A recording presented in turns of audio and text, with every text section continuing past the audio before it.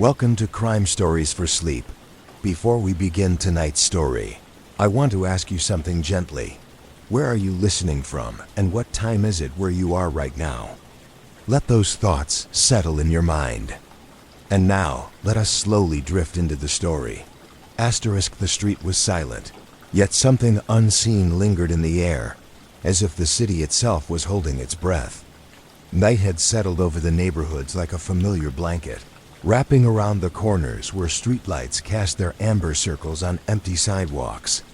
The rhythm of the city at this hour was different from its daytime pulse, softer, more deliberate, marked by the distant hum of late buses and the occasional footsteps of someone walking home from a late shift. In the precinct building on Maple Avenue, Detective Sarah Chun sat at her desk, the soft glow of her computer screen illuminating stacks of manila folders that seemed to multiply in the shadows.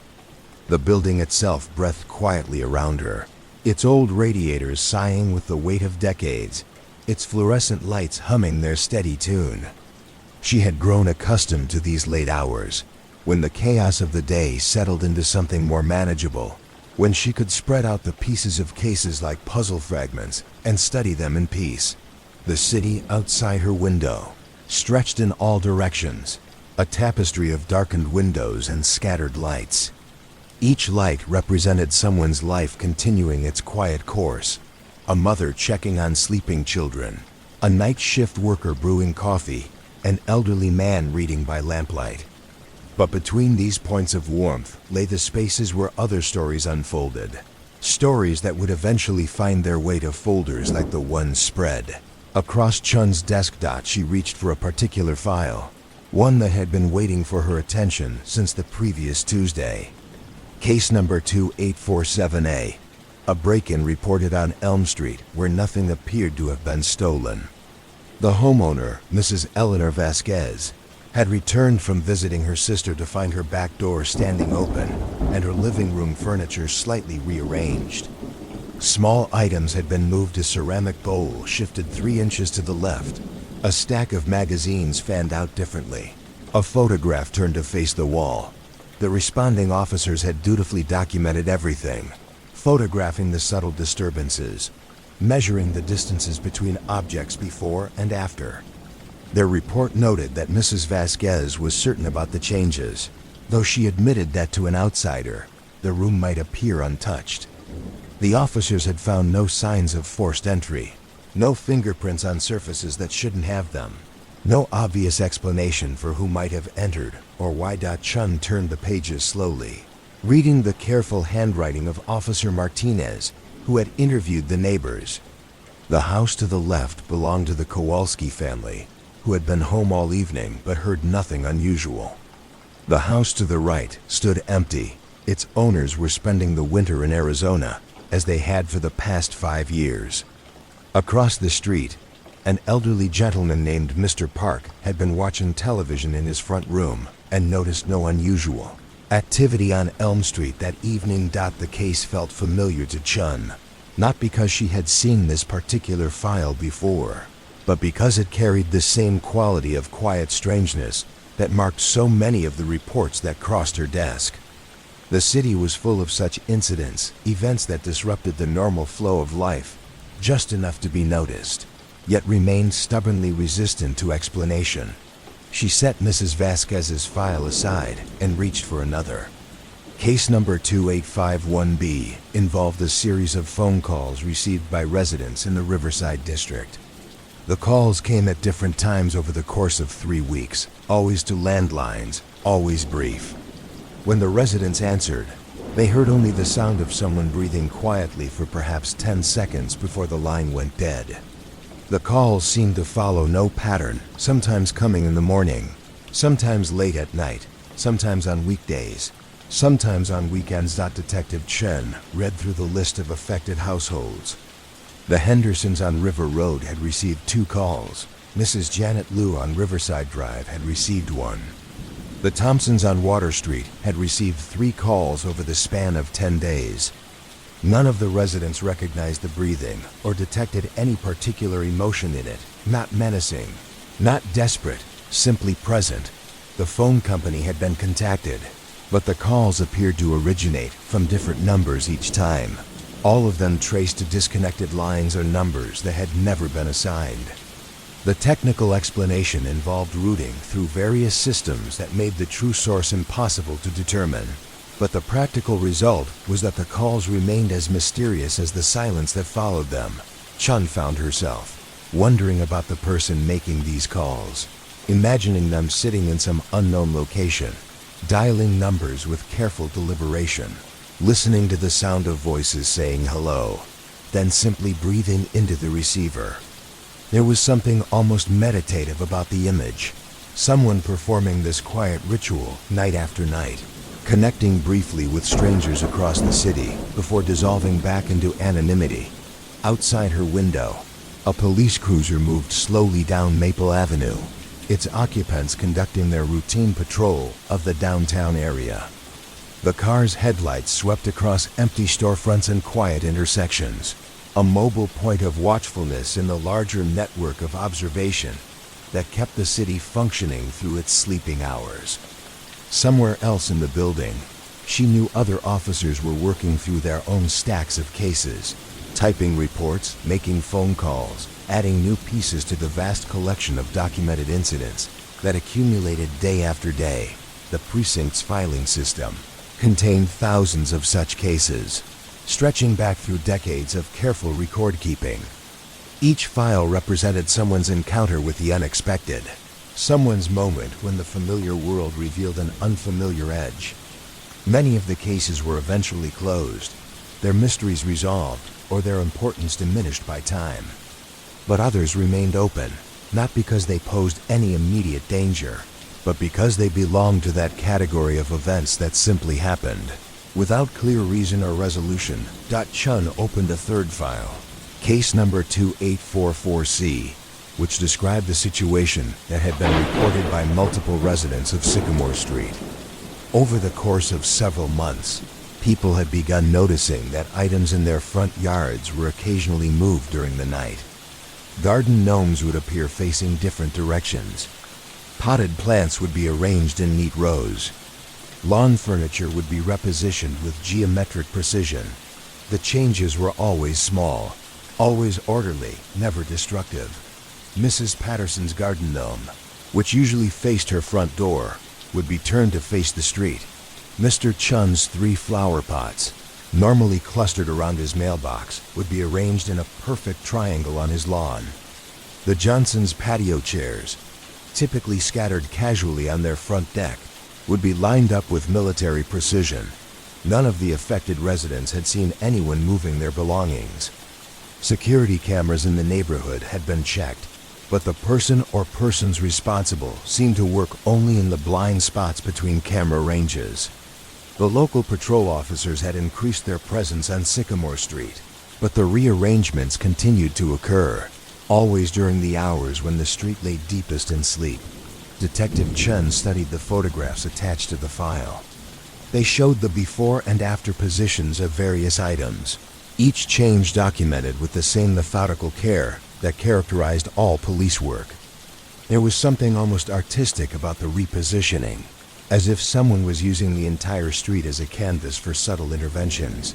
The case had generated some discussion among the residents, who had begun leaving notes for each other and holding informal meetings to discuss the situation. Some found the rearrangements amusing, others mildly disturbing. A few had taken to photographing their yards each evening before bed, creating their own documentation of the changes. But no one had reported feeling threatened or violated. The person or persons responsible seemed careful to avoid any action that might cause actual distress. As Chun read through the witness statements, she found herself appreciating the careful attention the residents paid to their surroundings. Mrs. Patterson could describe the exact angle at which her gnome normally faced. Mr. Chun knew precisely how his flower pots were positioned relative to each other and to his mailbox. The Johnsons had developed a mental map of their patio, furniture's natural arrangement. The case reminded her of similar incidents she had encountered over the years, situations where someone seemed to be interacting with the city in ways that went largely unnoticed by most people, but created ripples of awareness among those directly affected. These cases often revealed how much attention people actually paid to their immediate environment, how sensitive they were to changes that might seem trivial to an outsider. She closed the Sycamore Street file and reached for her coffee, which had grown cold during her reading. The precinct building continued its quiet nighttime operations around her. Somewhere upstairs, the night shift dispatcher was fielding routine calls. In the basement, the evidence storage room held thousands of tagged items waiting for their moment of relevance in some future proceeding. The city outside maintained its steady pulse, its population of 800,000 people, mostly asleep, but never entirely so. Emergency room staff worked their shifts. Security guards made their rounds. Newspaper delivery trucks began their routes. Late-night radio DJs spoke into microphones, their voices carrying across the darkness to insomniacs and shift workers and anyone else who needed the comfort of a human voice in the small hours. Detective Chen opened another file, this one concerning a reported incident at the downtown library. The head librarian, Ms. Dorothy Walsh, had contacted police after discovering that books were being returned to locations where they didn't belong. The books weren't being misplaced randomly, they were being organized, according to some system that didn't match the library's cataloging method. Over the course of 6 weeks, Ms. Walsh had found books grouped by the color of their covers, arranged by the number of pages, or organized by the first letter of the main character's name. The person responsible seemed to work exclusively during the library's closed hours, somehow gaining access to the building without triggering any alarms or leaving any trace of forced entry. The library's security system included cameras positioned throughout the building, but review of the footage showed nothing unusual. Motion sensors detected no unauthorized movement during closed hours. Yet each morning, Ms. Walsh would discover new evidence of someone's careful reorganization of her collection. The reorganizations weren't random or destructive. They showed a deep familiarity with the books themselves someone had clearly read extensively from the library's collection to know which novels featured protagonists whose names began with particular letters, which volumes contained exactly the same number of pages, which covers shared similar color schemes. Ms. Walsh had begun leaving notes for the unknown visitor, gentle requests to understand their purpose and methodology. The notes disappeared, though they were never answered. She had also started photographing each reorganized section before restoring the books to their proper locations, creating a visual record of the alternative classification systems being applied to her collection. Detective Chun found the photographs fascinating. They showed an intelligence at work, someone exploring different ways of understanding and organizing knowledge. The arrangements weren't chaotic, they were systematic, even scholarly. Someone was conducting experiments in classification, theory using the library as their laboratory. The case had been assigned a low priority, as no crime had technically been committed. The library remained fully functional, and Ms. Walsh reported no damage to books or equipment. But the mystery of access remained unsolved, and the librarian continued to arrive each morning, wondering what new organizational principle she would discover. Chun set the library file aside and walked to the window, looking out at the city's nighttime landscape. The streets below showed little movement, an occasional taxi, a late bus making its rounds, a few pedestrians walking with the purposeful stride of people who knew exactly where they were going. But she knew that beneath this apparent stillness, the city was full of activity that went largely unobserved in apartments and houses across the metropolitan area. People were sleeping through dreams that might influence their decisions the following day. Night shift workers were performing the essential tasks that kept systems functioning while the majority slept. Security cameras recorded thousands of hours of footage that would probably never be reviewed unless something specific needed to be investigated. The police department's role in this nighttime ecology was both obvious and subtle. Officers responded to emergencies, conducted patrols, investigated incidents. But they also served as a kind of institutional memory, documenting the strange and unexplained events that occurred in the margins of normal life. Chun returned to her desk and opened another file. Case number 2849D. This one described a series of incidents at the Riverside Park, where maintenance workers had been finding elaborate patterns traced in the sand of the children's playground. The patterns appeared overnight, created with such precision that they looked almost like architectural drawings or mathematical diagrams. The designs varied from night to night, but they all showed the same attention to geometric relationships and proportional harmony. One pattern consisted of interlocking circles arranged in a spiral formation. Another showed a series of triangles nested within each other with perfect symmetry. A third created the illusion of a three-dimensional cube emerging from the flat surface of the sand. Park maintenance supervisor Tom Rodriguez had been documenting the patterns with photographs before erasing them each morning. His reports noted that the sand showed no footprints or tool marks. Whoever created the patterns seemed to work with extraordinary care to avoid leaving any trace of their presence. The patterns weren't large, most measured between 3 and 4 feet across, but their complexity suggested hours of careful work performed in complete darkness, as the park's lighting system was minimal and the playground area remained in shadow. Throughout the night, children who played in the area during the day occasionally mentioned finding the sand arranged in unusual ways, but the patterns were always destroyed by normal playground activity within hours of the park's opening. Only Tom Rodriguez and his maintenance crew saw the designs in their complete form, and only through Tom's initiative were they being preserved photographically. Detective Chun studied the images attached to the case file. The patterns showed a sophisticated understanding of geometric principles and an artistic sensibility that was both precise and expressive. Someone was using the playground as a canvas for creating temporary works of art that existed only in the liminal hours between night and day. Case raised questions that had no clear answers. Who was creating these patterns? How did they work in such darkness with such precision? Why did they choose a children's playground for their medium? What satisfaction did they derive from creating beauty that would be destroyed within hours of its completion? Chun found herself wondering about the creative impulse that drove someone to perform this nocturnal ritual. There was something almost monastic about it, the discipline required to work in darkness, the acceptance that the work would be ephemeral, the commitment to beauty for its own sake rather than for recognition or permanence. She closed the Riverside Park file and reached for the next case in her stack, number 2852. This one involved reports from several residents of Oak Street who had noticed that their morning newspapers were being delivered with small, additional items tucked between the pages.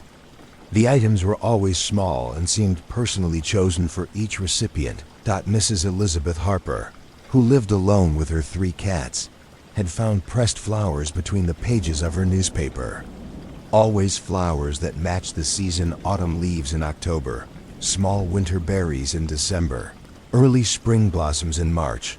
The flowers were always perfectly preserved and arranged with obvious care. Mr. James Okafor, a retired mathematics professor, had been receiving small origami figures folded from colored paper. Each figure was mathematically complex: a dodecahedron, a tessellated butterfly, a modular kusudama ball. The precision of the folding suggested someone with considerable skill and patience. The Nguyen family, who had recently immigrated from Vietnam, had been finding traditional proverbs written in elegant calligraphy on small pieces of rice paper. The proverbs were written in Vietnamese, suggesting that someone had taken the time to learn about their cultural background and language. None of the recipients felt threatened by these additions to their newspapers. Rather, they reported feeling as though someone was paying attention to their lives in a gentle, supportive way. Mrs. Harper had begun pressing the flowers she received between the pages of books, Mr. Okafor displayed the origami figures on a shelf in his study.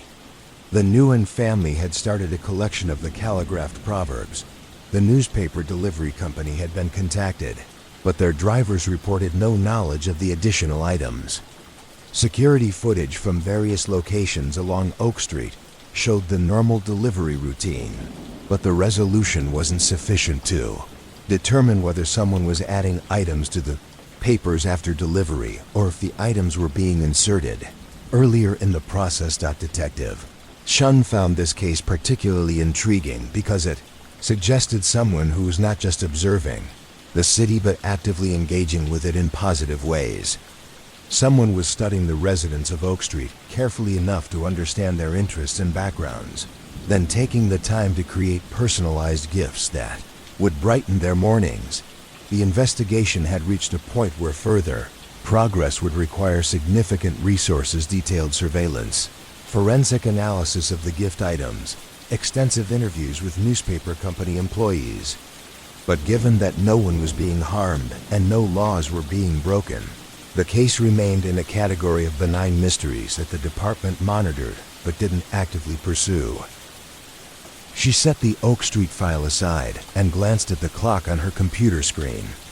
It was nearly 2 in the morning, and the precinct had grown even quieter. The night shift would continue for several more hours, their work proceeding at the steady pace that characterized police operations during these deep hours. Chun opened one final file before planning to conclude her review session. Case number 2850B described a situation that had been developing over the past year in the downtown business district. Security guards and early morning maintenance workers had been reporting the appearance of chalk drawings on the sidewalks outside various buildings. The drawings weren't graffiti in any traditional sense. They were detailed, realistic portraits of people's faces rendered with sophisticated shading and proportion. But the unusual aspect was that the portraits appeared to be of actual people who worked in or frequented the buildings where the drawings appeared. Outside the medical building on Central Avenue, the drawings portrayed doctors and nurses who worked inside. Outside the law firm on State Street, the images showed attorneys and paralegals. Outside the coffee shop on Main Street, the chalk portraits depicted regular customers and employees. The drawings were always accurate enough to be recognizable, but were created with an artistic skill that elevated them beyond mere copying. They captured something essential about each person's expression or bearing, revealing the artist's careful observation of their subjects.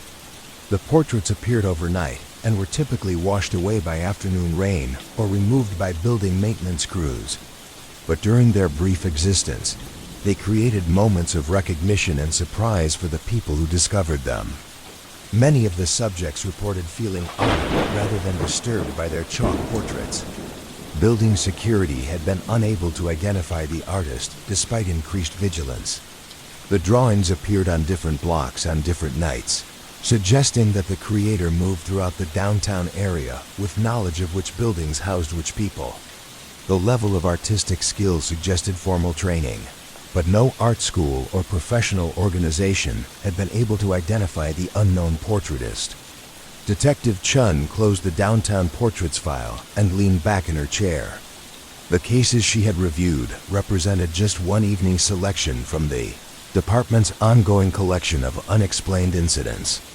Similar files existed for every district of the city, documenting the countless ways that ordinary life was touched by mystery. The city outside her window continued its nocturnal routine, its population cycling through the rhythms of sleep and wakefulness that had characterized urban life for generations. But layered within these familiar patterns were the activities. She had been reading about someone breathing quietly into telephones, someone rearranging garden ornaments with geometric precision, someone creating mathematical patterns in playground sand. These activities existed in the margins of the city's official life, noted by police but not necessarily understood, documented but not solved. They formed part of the larger story of how people lived together in urban space, the thousands of individual decisions and actions that collectively created the texture of community life.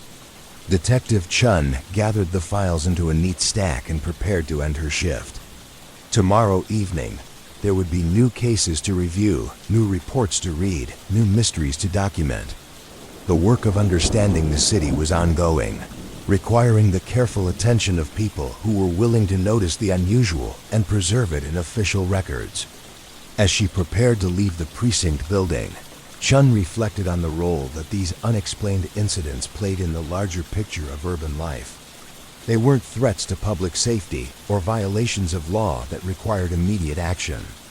Instead, they were evidence of the creativity and complexity that flourished within the framework of organized society. The city slept around her, but it was never entirely quiet.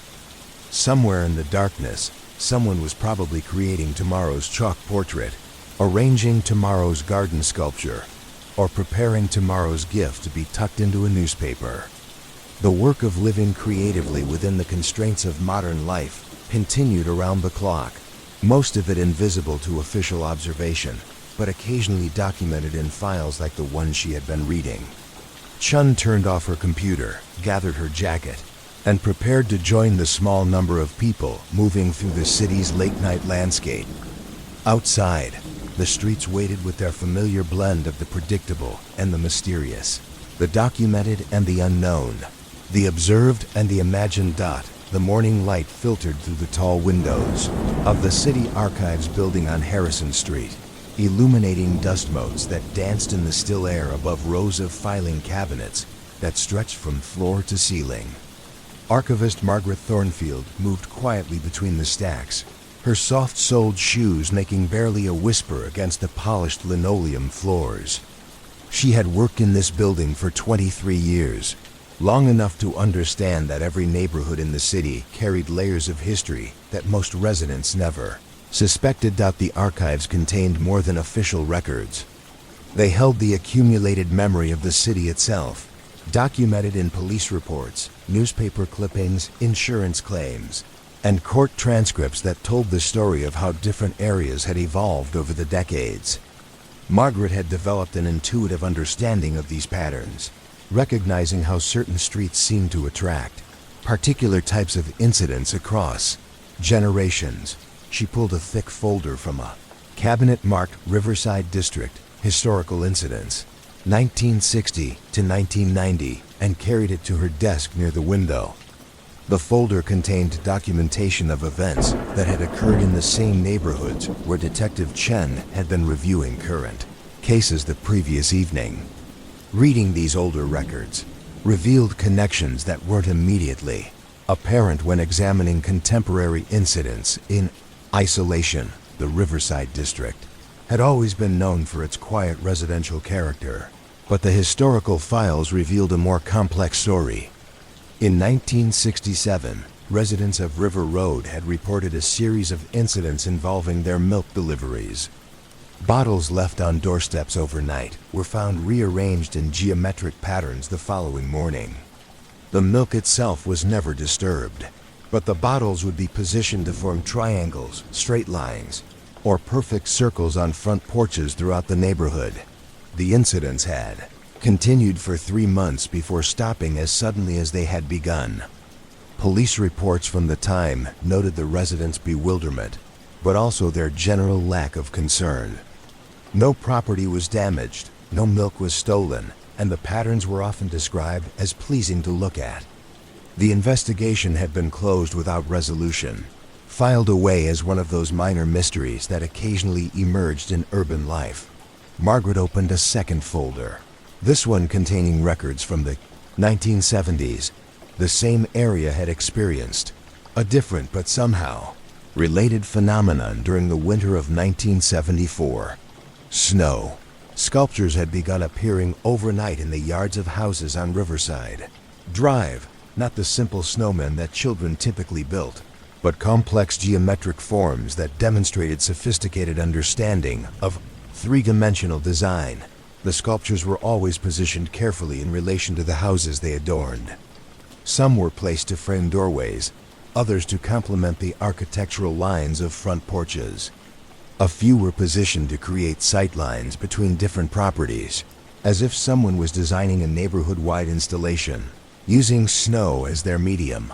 Photographs from the time showed the remarkable sophistication of these temporary artworks. One sculpture resembled a spiraling helix that seemed to rise naturally from the ground. Another created the illusion of a cube, balanced impossibly on one corner. A third showed a series of interconnected arches that framed the view toward the river that gave the district its name. The snow sculptures had appeared throughout that winter, each one lasting only until the next snowfall or warm spell. Residents had begun anticipating the overnight transformations, checking their yards each morning to see whether they had been selected as sites for new installations. Children in the neighborhood developed games around predicting where the next sculpture would appear. As with the milk bottle incidents 7 years earlier, the snow sculpture mystery had never been solved. The police reports noted that no footprints were found around the sculptures, suggesting that the creator worked during snowstorms when their tracks would be immediately covered. The investigation was eventually closed due to lack of leads and the ephemeral nature of the evidence. Margaret cross-referenced these incidents with records from other parts of the city during similar time periods. She found comparable patterns scattered throughout the metropolitan area, each cluster of incidents separated by years or decades, but showing similar characteristics.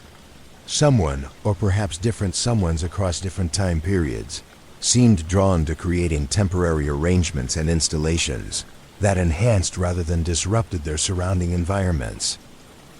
In the downtown area during the 1980s, business owners had reported finding their sidewalk planters rearranged overnight.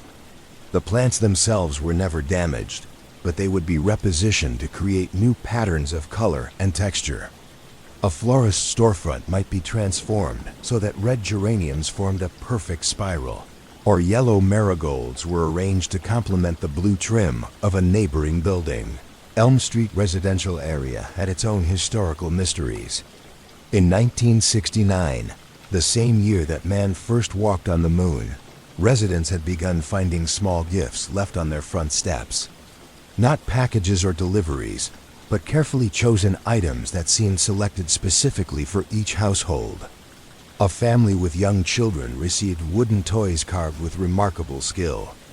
An elderly woman living alone found fresh vegetables arranged in small baskets. A young couple newly married received hand-woven pot holders in colors that perfectly matched their kitchen decor. The gift-giving had continued for an entire summer, creating a sense of community anticipation that residents later described as magical. People began staying up later in the evenings, hoping to catch a glimpse of their benefactor. Children developed elaborate theories about who might be responsible. Adults organized informal watch parties, gathering on front porches to keep vigil for their mysterious visitor. But the gift giver had proven as elusive as snow in summer. Despite the increased attention and surveillance, the deliveries continued without anyone witnessing the actual placement of items. The gifts simply appeared, usually discovered at dawn by early rising residents who would find them, waiting like evidence of visitation by some benevolent spirit. Margaret found herself wondering about the psychology behind these historical incidents. Each cluster of events suggested someone with intimate knowledge of their chosen neighborhood, someone who had taken time to observe the rhythms and preferences of individual households. The care involved in selecting appropriate gifts or creating aesthetically pleasing arrangements spoke to a deep engagement with community life. She opened another folder, this one containing records from the Sycamore Street area during the 1950s. The files documented a series of incidents that bore striking resemblance to the garden ornament, rearrangements that Detective Chun had been reviewing from current cases. In 1956, residents had reported that their front yard decorations were being repositioned during the night hours. The 1950s version had involved lawn ornaments that were typical of that era: concrete deer, decorative wagon wheels, small windmills, and ceramic planters shaped like swans. These items would be found in new arrangements each morning, always positioned with obvious care for visual balance and neighborhood harmony. One police report from August 1956 noted that the rearrangements seemed designed to create sightlines between different properties. A decorative deer, originally positioned to face one house, would be turned to create visual connection with a ceramic planter on the adjacent property. Wagon wheels would be repositioned to align with the architectural features of nearby houses. The incidents had been investigated with the same methodical approach that characterized all police work, but the results were similarly inconclusive. No damage was ever reported. No theft occurred. The person or persons responsible seemed motivated purely by aesthetic considerations, transforming individual yard decorations into components of larger, neighborhood-scale compositions. Margaret noted that the 1950s incidents had lasted for an entire summer before stopping, much like the gift-giving phenomenon on Elm Street 13 years later. The pattern suggested seasonal activities, perhaps performed by someone whose schedule or inclination varied with the weather and longer daylight hours. She pulled files from the 1940s, curious to see how far back these patterns might extend. The older records were less systematic, but they contained occasional references to similar phenomena. A 1943 police report mentioned that Victory Gardens in the Oak Street area were being tended by an unknown person during the night hours. Vegetables were harvested at perfect ripeness. Weeds were removed and plants were staked with professional precision. The midnight gardening had been discovered when residents noticed that their Victory Gardens were producing far more food than their own efforts could account for. Plants that had been struggling began to thrive. Vegetable plots that had been somewhat neglected showed signs of expert care. The quality of the produce improved dramatically across the entire neighborhood. Given the wartime context, the additional food production had been welcomed rather than questioned too closely. The investigation was brief and focused mainly on confirming that no theft was occurring. The unknown gardener was never identified, but their work continued throughout the growing season, providing substantial supplemental nutrition to families dealing with wartime rationing. Margaret found these older records particularly fascinating because they suggested that the phenomenon of mysterious civic enhancement had deep roots in the city's history. Someone had been quietly improving community life for generations, working always at night, always anonymously, always in ways that benefited rather than harmed their neighbors. The 1930s records were sparse, but they contained a few references to incidents that fit the pattern. During the depths of the Depression, residents in various neighborhoods had reported finding small amounts of money tucked into their mailboxes or left on their doorsteps.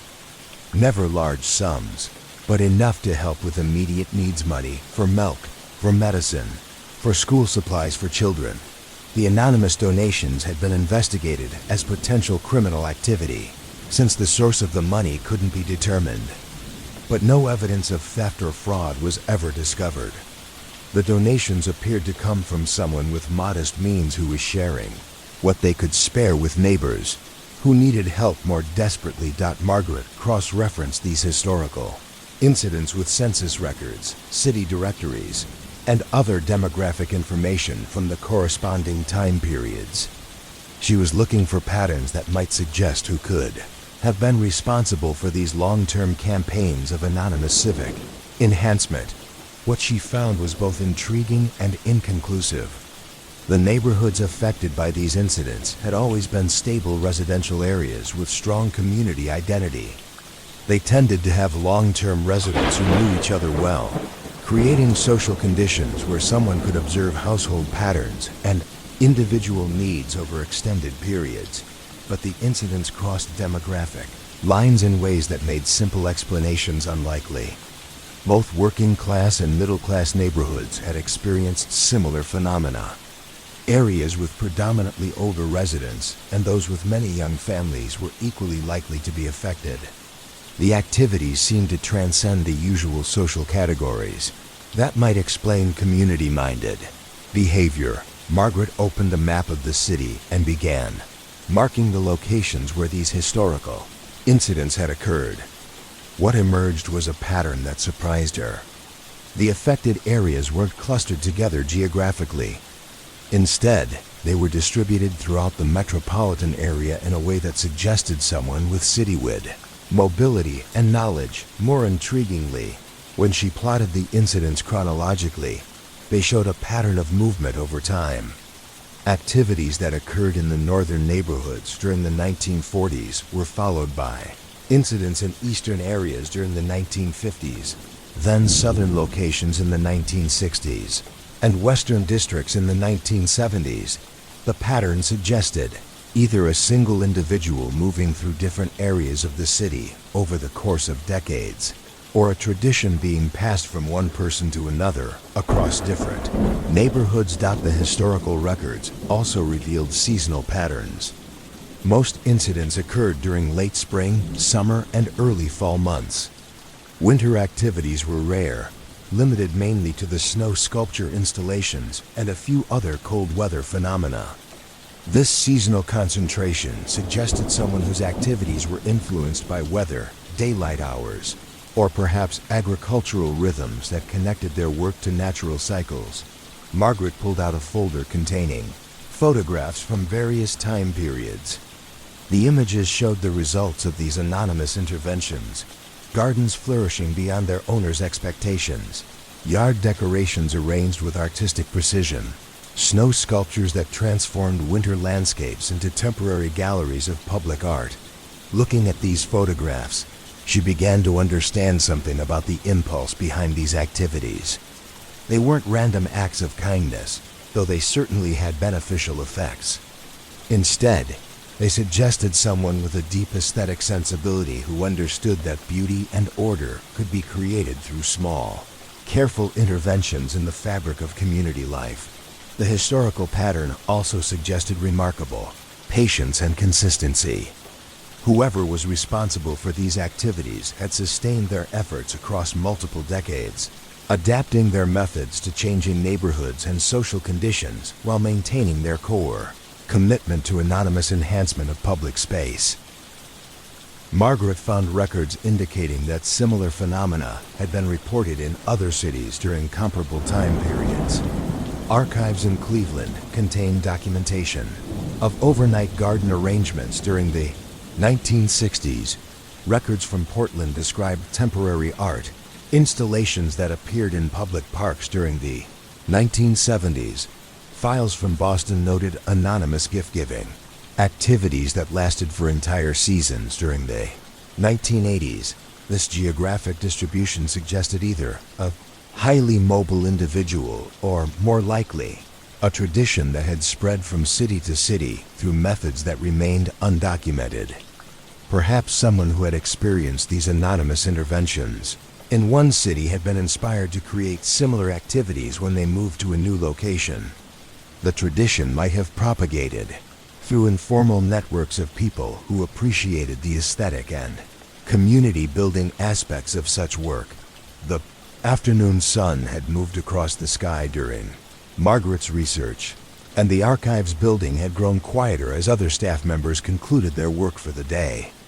She gathered the historical files into organized stacks, preparing to continue her research the following day.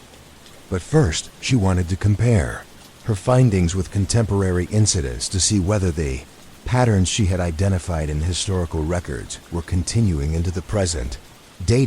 She walked to the section of the archives that contained the most recent police reports, those that had been transferred from active investigation files to historical storage. Among these files, she found references to several incidents that seemed to continue the pattern she had been studying.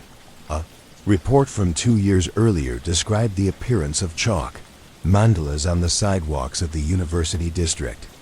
The designs were complex geometric patterns drawn with precision and skill, appearing overnight and lasting until weather or foot traffic erased them. The mandalas had appeared regularly throughout one academic semester before stopping, suggesting that their creator might have been connected to the university's academic calendar. Another recent file documented the overnight appearance of wind chimes in trees throughout the Maple Grove neighborhood. The chimes were all handmade, crafted from different materials: bamboo, metal, ceramic, wood, and tuned to create harmonious sound combinations. They had been hung with careful attention to acoustic properties, creating a neighborhood-wide symphony that changed with weather conditions and wind patterns. Wind chimes had appeared over the course of several months, with new installations replacing or augmenting previous ones. Residents had grown fond of the changing soundscape, describing how the chimes created different musical experiences depending on wind direction and intensity. When city officials had begun removing them as unauthorized installations, residents had petitioned to have them restored.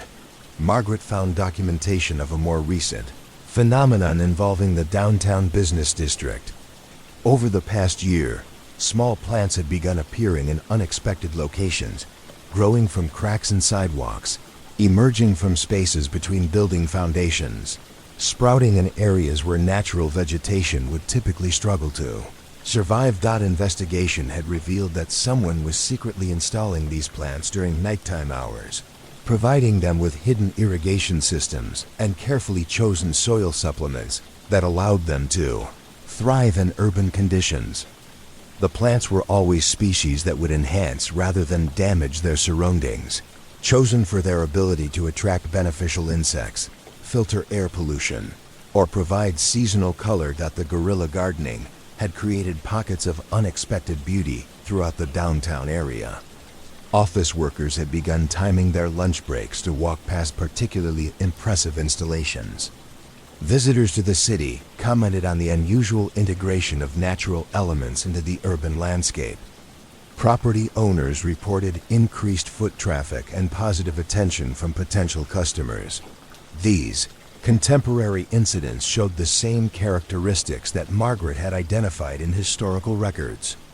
They involved anonymous individuals working during nighttime hours to create temporary or permanent enhancements to public space.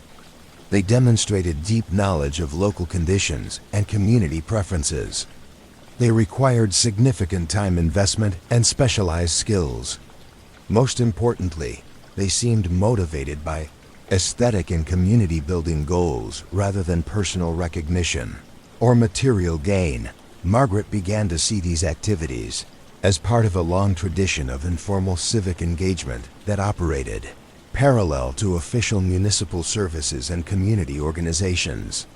While city governments provided basic infrastructure and services, and formal organizations addressed specific community needs, these anonymous individuals filled a different role, creating beauty, surprise, and delight in the spaces where people lived their daily lives.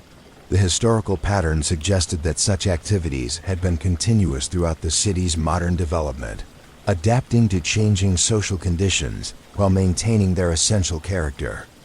During economic hardship, the focus had been on practical assistance, food, money, essential supplies. During more prosperous periods, the emphasis shifted toward aesthetic enhancement, art installations, garden improvements, decorative arrangements. As evening approached, Margaret prepared to close the archives for the day, but she made notes about areas for future research, intrigued by the possibility of documenting a tradition of anonymous civic enhancement that had shaped the city's character for generations. Walking through the downtown area toward the bus station, she found herself looking more carefully at the urban landscape around her. Were some of the plant installations she passed the work of contemporary anonymous gardeners? Had some of the decorative elements she had always assumed were official installations actually been created by the same tradition of midnight civic enhancement that she had been studying? The city's evening rhythm was beginning to establish itself around her. Office workers were concluding their day shifts. Students were heading home from classes. Shopkeepers were preparing to close their businesses. But Margaret now understood that later, after the official day had ended and most residents had settled into their evening routines, other activities would begin. Someone might be preparing to create tomorrow's chalk mandala, planning next week's plant installation, or designing a new arrangement of garden ornaments that would surprise and delight their neighbors. The work of informal civic enhancement continued around the clock, most of it invisible to official observation, but occasionally documented in the files that would eventually find their way to the archives building on Harrison Street. The bus ride home took her through several of the neighborhoods she had been researching, and Margaret found herself imagining the layers of history contained within each block. Houses that looked ordinary in the evening light had been sites of mysterious gift deliveries, temporary art installations, and anonymous acts of beautification that had enriched community life for decades. As the bus turned onto her own street, Margaret wondered whether her neighborhood had its own hidden history of such activities. She made a mental note to search the archives for references to her area, curious to learn what anonymous enhancements might have occurred in the familiar spaces where she lived her own daily life. The evening air carried the scent of someone's barbecue, the sound of children playing in nearby yards, and the distant hum of traffic from the main thoroughfare. But underlying these familiar elements of suburban life was the knowledge that the city contained multitudes of hidden stories, documented in files that waited patiently in archive buildings for researchers who took the time to piece together the patterns that connected past and present. Asterisk. The clock on the wall of the records room showed 3:17 in the morning when Officer Daniel Martinez finished typing his report about the incident on Magnolia Street. The fluorescent lights hummed their constant tune overhead, casting their steady glow across rows of filing cabinets that contained decades of similar reports. Each cabinet drawer held hundreds of manila folders, each folder documenting someone's encounter with the unexpected in the quiet hours when most of the city slept. Martinez had been working the night shift for 8 years, long enough to develop an appreciation for the particular quality of stillness that settled over the precinct during these deep hours.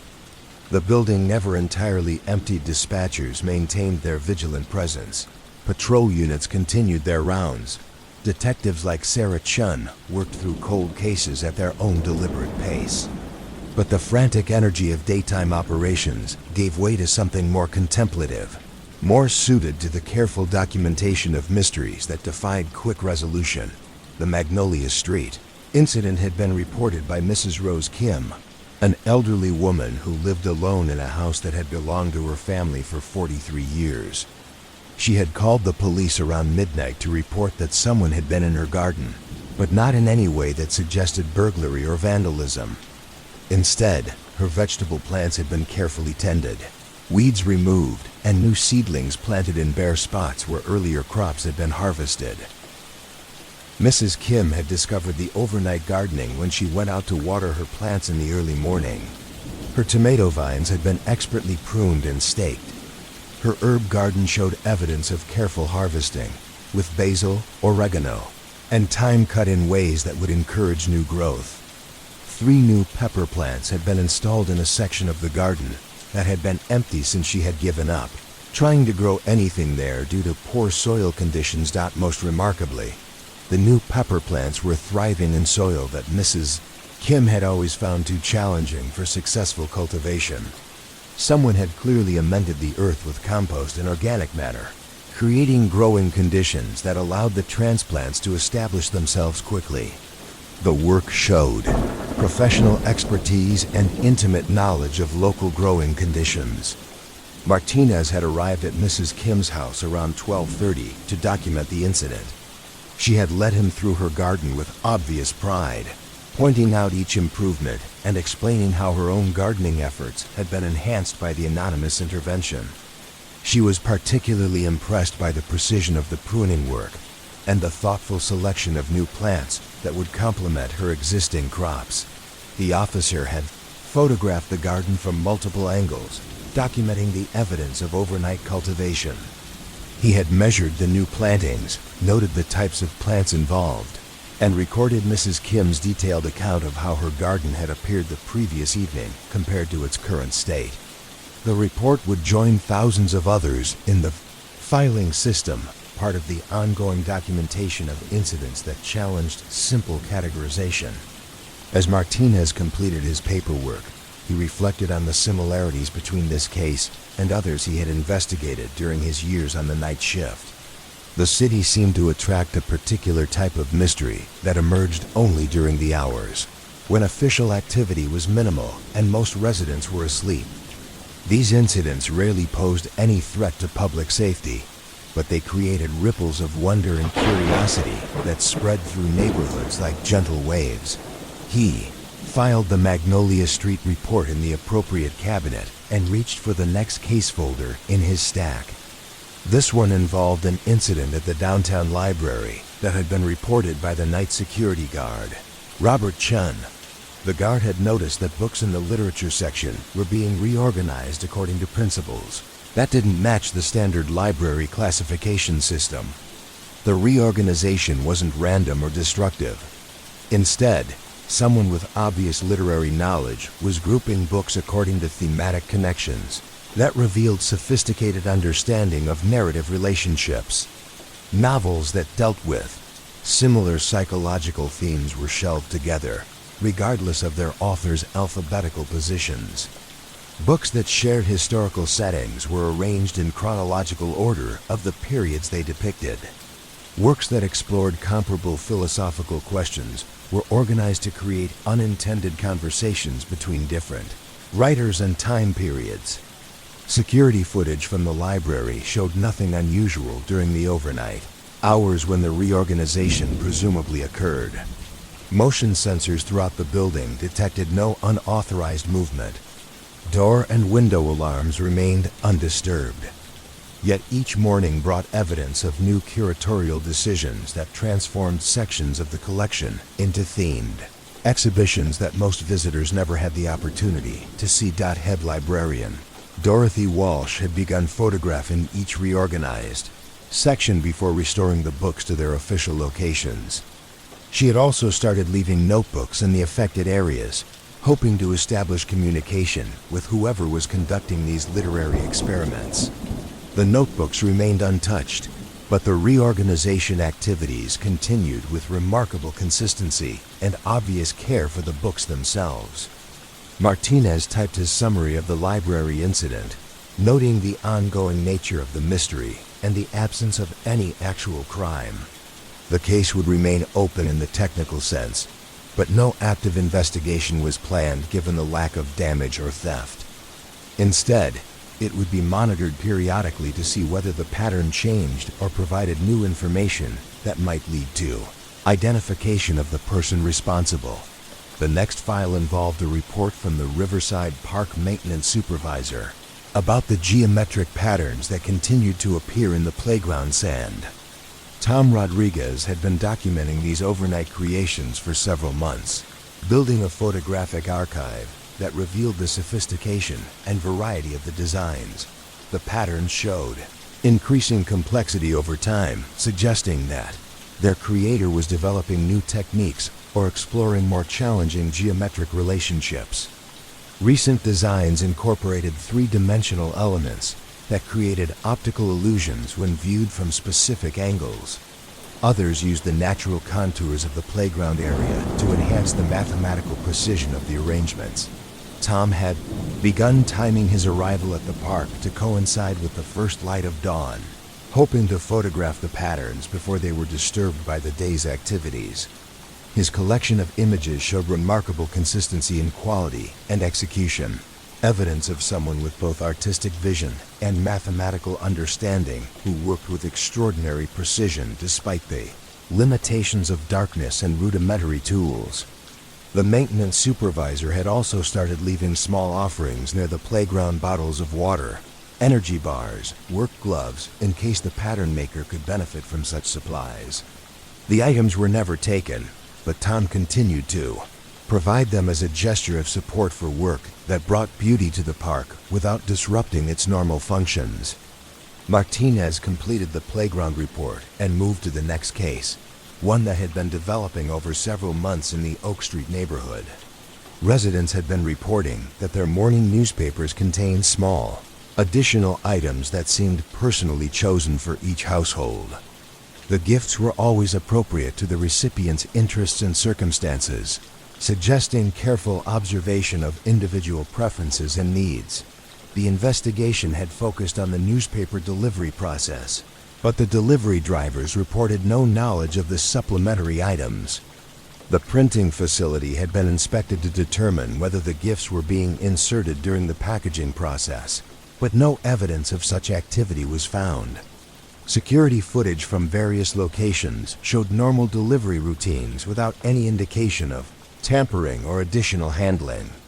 The mystery had created a sense of anticipation among Oak Street residents, who looked forward to discovering what small surprise might be waiting for them each morning. Children in the neighborhood had developed theories about who might be responsible for the gifts, creating elaborate stories about invisible helpers who knew exactly what each family needed. Parents had used the gift-giving phenomenon as an opportunity to discuss themes of community support and anonymous kindness with their children. Several families had begun their own small acts of neighborly assistance, inspired by the example of generosity they experienced each morning. The incident had strengthened community bonds in ways that official neighborhood improvement programs had never achieved. Martinez filed the Oak Street report and glanced around the records room, taking in the accumulated documentation of similar mysteries that filled cabinet after cabinet. Each file represented hours of careful investigation, photography, interviews, and documentation. The work was methodical and thorough, even when the incidents being investigated posed no threat to public safety or violation of law. He understood that this careful documentation served purposes beyond immediate law enforcement needs. The files created a record of the city's hidden life, the activities that occurred in the margins of official attention, but nonetheless shaped the character of community existence. Future researchers might find patterns in these records that weren't visible to individual officers working on isolated cases. The next report involved the downtown chalk portraits that continued to appear on sidewalks outside various businesses. The drawings were always recognizable depictions of people who worked in or frequented the buildings where they appeared, rendered with artistic skill that elevated them above mere likenesses to capture something essential about each subject's character. The portraits had evolved over time to include more complex background details that showed intimate knowledge of each person's work environment and daily routines. A drawing of a coffee shop employee might include accurate depictions of the equipment she operated and the regular customers she served. A portrait of an office worker might incorporate architectural details from his workplace and references to projects he was currently managing, building. Security guards had been unable to identify the artist despite increased vigilance and improved lighting. The drawings appeared in different locations on different nights, suggesting someone with extensive mobility and detailed knowledge of the downtown area's patterns of activity. The level of observational skill required to create such accurate portraits indicated sustained surveillance that remained completely undetected. Most of the portrait subjects reported feeling honored rather than disturbed by their chalk likenesses. The drawings captured positive aspects of their personalities and professional identities, suggesting an artist who saw and appreciated the contribution each person made to the community's daily life. Several subjects had requested copies of photographs of their portraits before weather erased them from the sidewalks. Martinez completed the downtown portraits report and reached for a file that documented a newer phenomenon in the university district. Students and faculty had been reporting the appearance of study materials that seemed tailored to their current academic needs. Handwritten summaries of complex topics would appear tucked into library books. Practice problems with detailed solutions would be found inserted into textbooks. Reading lists that complemented course assignments would be discovered in academic journals. The supplementary materials were always relevant and helpful, created by someone with obvious expertise in multiple academic disciplines. The handwriting was consistent across different subjects, suggesting a single individual with remarkably broad knowledge. The materials appeared in locations throughout the campus, the main library, departmental reading rooms, study areas, and academic buildings. even outdoor seating areas where students typically worked during pleasant weather. University security had investigated the phenomenon, but found no unauthorized access to buildings or violation of any campus policies. The supplementary materials were always constructive additions to the educational environment, never replacing or contradicting official course materials. Faculty members had begun incorporating some of the anonymous contributions into their teaching, impressed by the quality and relevance of the work. The investigation had reached the same conclusion as most similar cases.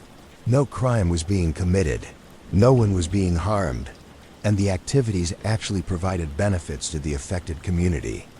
The case would be monitored but not actively pursued, becoming part of the larger collection of benevolent mysteries that characterize the city's hidden life. Martinez filed the university district report and stretched in his chair, feeling the familiar satisfaction that came from completing thorough documentation of complex incidents. The work of night shift patrol involved more than responding to emergencies and conducting routine surveillance. It required careful attention to the subtle ways that community life was enhanced by activities that occurred beyond the scope of official observation. The records room around him contained the accumulated evidence of such enhancement, documented with the same methodical precision that characterized all police work. Each file represented someone's decision to contribute to community life through anonymous action, someone's commitment to creating beauty or providing assistance without seeking recognition or reward. As the night shift continued around him, Martinez reflected on the role that documentation played in preserving these stories. Without the careful work of officers who took time to investigate and record unusual incidents, much of the city's hidden life would remain invisible to future understanding. The files would outlast the individuals who created them, providing evidence of patterns of behavior that might otherwise be forgotten. He pulled another file from his stack, this one involving reports from the Elm Street area about nighttime maintenance activities in the small park that served the neighborhood. Residents had noticed that playground equipment was being cleaned and maintained during overnight hours. Repairs were being made to walking paths, and flower beds were being tended with obvious expertise. The maintenance work was always professional in quality, executed with proper tools and materials. Broken swing chains were replaced with hardware that matched the original specifications. Graffiti was removed using techniques that didn't damage underlying surfaces. Landscaping was improved through careful plant selection and proper soil preparation. Parks. Department officials had been contacted to determine whether the maintenance work was being performed by city employees, but no such activities were scheduled or authorized for the Elm Street Park. The work appeared to be entirely voluntary, performed by someone with professional landscaping and equipment maintenance skills who chose to donate their expertise to improving community facilities. The enhanced maintenance had created a park that exceeded the standards typically maintained by municipal services. Children who played there enjoyed equipment that was consistently clean and safe. Adults who used the walking paths found surfaces that were well maintained and free of hazards. The flower beds provided seasonal color and attracted beneficial insects that enhanced the local ecosystem. Martinez completed the Elm Street Park report and moved to a file documenting incidents in the financial district where office building lobbies were being enhanced with temporary art installations. The installations appeared overnight and were always professionally executed, using materials and techniques that complemented rather than competed with existing architectural elements. The artworks were abstract but sophisticated, incorporating lighting effects, geometric patterns, and color relationships that transformed sterile commercial spaces into environments that felt more welcoming and aesthetically engaging. Building security guards reported that the installations appeared during periods when their attention was directed elsewhere, suggesting someone with detailed knowledge of security routines and blind spots. Property managers had initially been concerned about unauthorized modifications to their buildings, but the quality and appropriateness of the installations had led to more permissive attitudes. Some building owners had begun leaving the artworks in place for extended periods, appreciating the positive response from tenants and visitors who found the commercial environment more pleasant and inspiring. The temporary installations showed understanding of commercial, building operations, and the needs of people who worked in such environments. They provided visual interest without interfering with business activities, created gathering points for informal social interaction, and demonstrated that corporate spaces could accommodate artistic expression without compromising their professional functions. Martinez filed the financial district report and glanced at the clock, noting that his shift would continue for several more hours. The steady work of documentation would continue throughout the night, creating the official record of activities that shaped community life in ways that most residents never fully understood. The next file contained reports from multiple neighborhoods about the appearance of small community libraries in unexpected locations. Book exchange boxes had been appearing in parks, at bus stops, and in other public spaces where people might have time to read. The boxes were well constructed, weather-resistant structures that contained carefully selected collections of books appropriate for diverse reading interests. The community libraries were maintained by unknown persons who regularly refreshed the book collections, repaired any damage to the structures, and ensured that the installations remained clean and functional. The book selection showed sophisticated understanding of local demographics and reading preferences, with collections tailored to the likely users of each location. Bus stop libraries contained quick reading materials suitable for commuter time constraints. Park installations included children's books and family-friendly titles that complemented outdoor recreation activities. Libraries placed near senior housing facilities featured large print books and titles likely to appeal to older readers. The installations had created new patterns of community interaction as people began using the libraries, not just for personal reading, but as informal communication centers. Readers left notes in books, shared recommendations, and engaged in conversations about literature that might not have occurred otherwise. The community libraries had become focal points for neighborhood social life in ways that their anonymous creators might not have anticipated. Martinez completed the community library report and reached for the final file in his stack for the evening. This case involved reports from the hospital district about overnight improvements to the landscaping around medical facilities. Someone with obvious horticultural expertise was enhancing the gardens and green spaces that served patients, families, and medical staff. The improvements always focused on creating environments that would provide comfort and beauty to people dealing with health challenges and medical stress. Flower selections emphasized colors and fragrances known for their calming effects. Seating areas were enhanced with plantings that provided privacy for quiet conversation. Walking paths were lined with vegetation, chosen to create peaceful environments for therapeutic outdoor activity. The hospital landscaping work showed understanding of both horticultural principles and the psychological needs of people in medical settings. Plants were selected for their ability to thrive in urban conditions while providing maximum visual and emotional benefit. The maintenance work ensured that the enhanced landscapes continued to serve their therapeutic purposes throughout changing seasons. Medical staff reported that the improved outdoor environments had positive effects on patient recovery and staff morale. Families found the enhanced gardens provided comfortable spaces for difficult conversations and quiet reflection.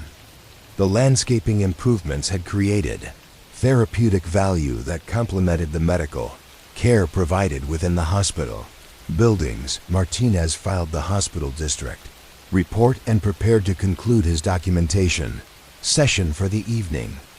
The work would continue the following night and every night thereafter, as new incidents were reported and existing cases developed in unexpected directions. The steady accumulation of files represented the city's ongoing encounter with mystery, documented with care and preserved for future understanding. As he prepared to return to patrol duties, Martinez reflected on the patterns he had observed during his years of night shift work. The incidents he investigated showed remarkable consistency in their commitment to community enhancement and their execution through anonymous action.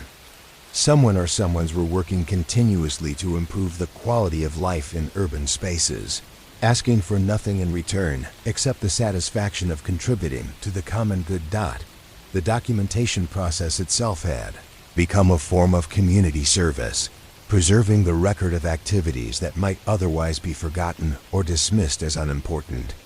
The files created a counter-narrative to the more dramatic stories that typically captured public attention, showing that much of what made city life worthwhile occurred quietly and without fanfare. Outside the precinct building, the city continued its nighttime rhythm, its population of night shift workers, insomniacs, and early risers maintaining the activities that kept urban systems functioning around the clock.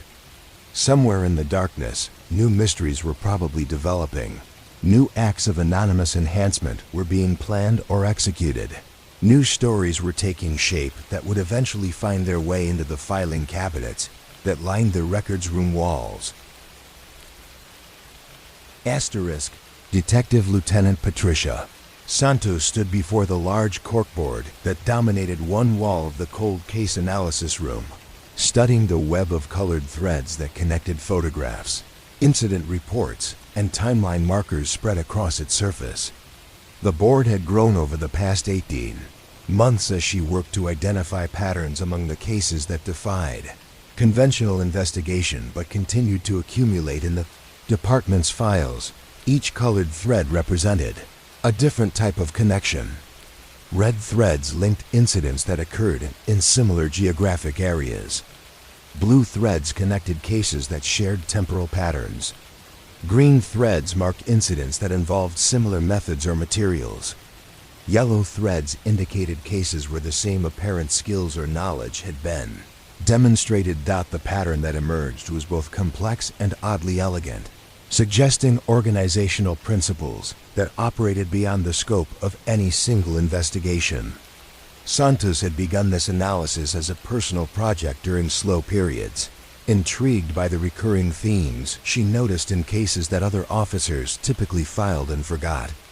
What she had discovered challenged conventional assumptions about how anonymous activities developed and sustained themselves in urban environments. The geographic distribution showed clusters of activity that moved through the city in ways that seemed almost tidal, with periods of intense activity in particular neighborhoods followed by quieter phases that allowed earlier interventions to take root and establish themselves.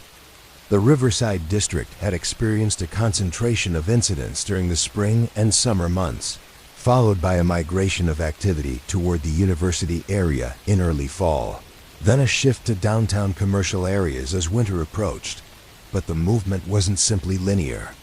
Earlier areas of activity would experience renewed incidents after periods of apparent dormancy, suggesting either cyclical patterns or multiple individuals working in coordination with each other. The timing suggested awareness of community, rhythms, and seasonal needs that required intimate knowledge of how different neighborhoods functioned throughout the year. Santos had color-coded the incidents according to their apparent purposes. Community enhancement activities included the garden maintenance, landscaping improvements, and facility repairs that benefited public spaces and private property alike. Educational interventions encompassed the library reorganizations, study materials, and temporary art installations that provided learning opportunities and cultural enrichment. Social support activities included the gift giving, maintenance assistance, and resource provision that helped individuals and families meet immediate needs. The skill sets demonstrated across different categories suggested either remarkably versatile individuals or collaborative networks that included people with diverse areas of expertise. The quality of horticultural work indicated professional-level knowledge of plants, soils, and growing conditions. The artistic interventions showed sophisticated understanding of color theory, composition, and spatial relationships. The educational materials demonstrated expertise across multiple academic disciplines and teaching, Methodologies. Most intriguingly, the incidents showed adaptive responses to changing community conditions and needs. During the economic downturn 3 years earlier, activities had shifted toward practical assistance, food provision, utility support, and resource sharing that helped families weather financial difficulties. As economic conditions improved, the focus had moved toward aesthetic and cultural enhancement that enriched community life in less immediately practical, but equally important ways. Santos had mapped these adaptive responses against local economic indicators, demographic changes, and seasonal patterns. The correlation was remarkably precise, suggesting that whoever was responsible for these activities maintained sophisticated awareness of community conditions and adjusted their interventions. Accordingly, the temporal analysis revealed patterns that operated on multiple timescales. Daily patterns showed consistent preference for overnight activity during hours when observation was minimal and disruption to normal community life could be avoided. Weekly patterns indicated sensitivity to work schedules and community rhythms, with most activities occurring during periods when they would be discovered at optimal times for maximum positive impact. Seasonal patterns reflected both practical considerations and deeper understanding of how communities experienced different times of year. Garden enhancements occurred during growing seasons when they would provide maximum benefit. Art installations appeared during periods when people spent more time in public spaces. Resource provision activities increased during months when heating costs, school expenses, and other seasonal financial pressures created additional household stress. But the most fascinating patterns operated on annual and multi-year cycles. Santos had identified what appeared to be experimental phases where new types of activities were tested in limited areas, followed by expansion phases where successful interventions were implemented more widely, then consolidation phases where established activities were refined and maintained, while new experimental approaches were developed.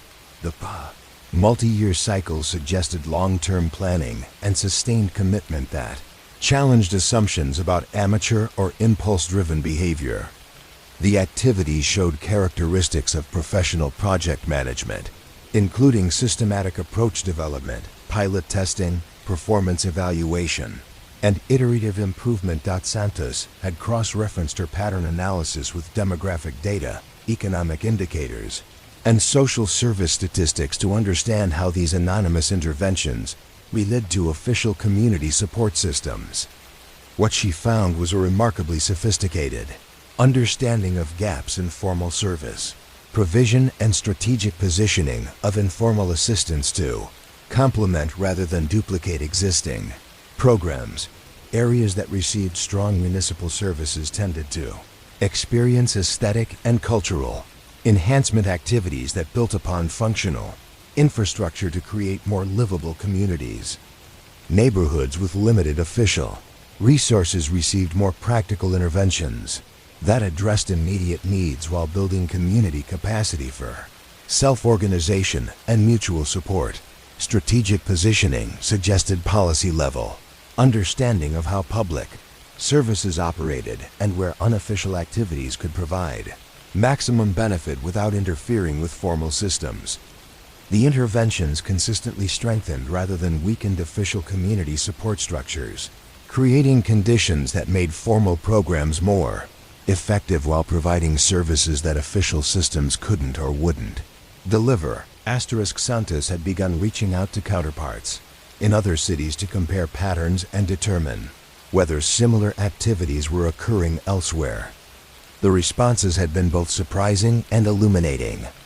Cities throughout the region reported comparable phenomena, with local variations that reflected different community needs and conditions but similar underlying patterns of anonymous civic enhancement. The geographic scope suggested coordination, mechanisms that operated beyond individual city boundaries. Activities in different metropolitan areas showed temporal relationships that seemed unlikely to occur through coincidence alone. Experimental approaches tested in one city would appear months later in distant locations, refined and adapted to local conditions. The inner-city connections had led Santos to examine transportation networks, communication systems, and other infrastructure that might facilitate coordination across geographic distances. She had identified correlations between activity patterns and university academic calendars, suggesting possible involvement of individuals whose lives involved regular travel between educational institutions, professional conferences, academic exchanges, and similar gatherings that brought together people with relevant expertise, showed temporal relationships with the introduction of new techniques and approaches in different cities. The pattern suggested knowledge sharing, networks that operated through legitimate professional channels while maintaining the anonymity that characterized all documented activities. Santos had also analyzed the incidents for evidence of technological sophistication. The precision required for some activities suggested use of surveying equipment, soil analysis tools, and other professional instruments. The coordination across different locations implied communication systems and data, sharing methods that remained undetected by conventional surveillance. Yet the technological footprint was remarkably light. Despite obvious planning and coordination, the activities left minimal digital traces. No unusual patterns appeared in phone records, internet traffic, or electronic communications. The coordination seemed to operate through methods that avoided the surveillance networks that characterized contemporary urban life.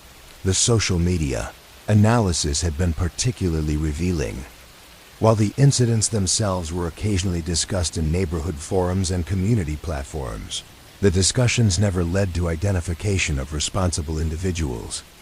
More intriguingly, the online conversation seemed to influence the development and refinement of activities, as if the anonymous actors were monitoring community responses and adjusting their approaches based on feedback. The feedback loops suggested remarkably sophisticated community engagement strategies.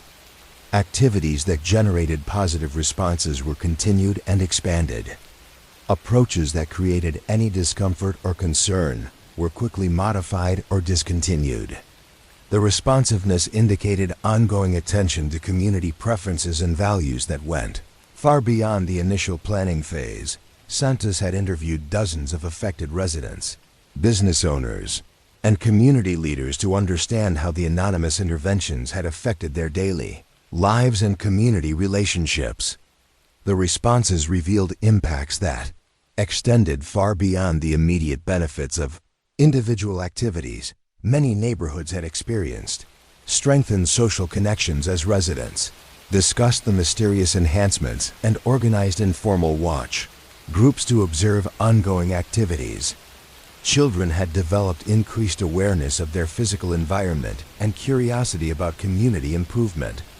Adults had begun their own small acts of neighborhood enhancement, inspired by the examples of anonymous generosity they experienced regularly. The community response suggested that the anonymous activities served educational purposes beyond their immediate practical benefits.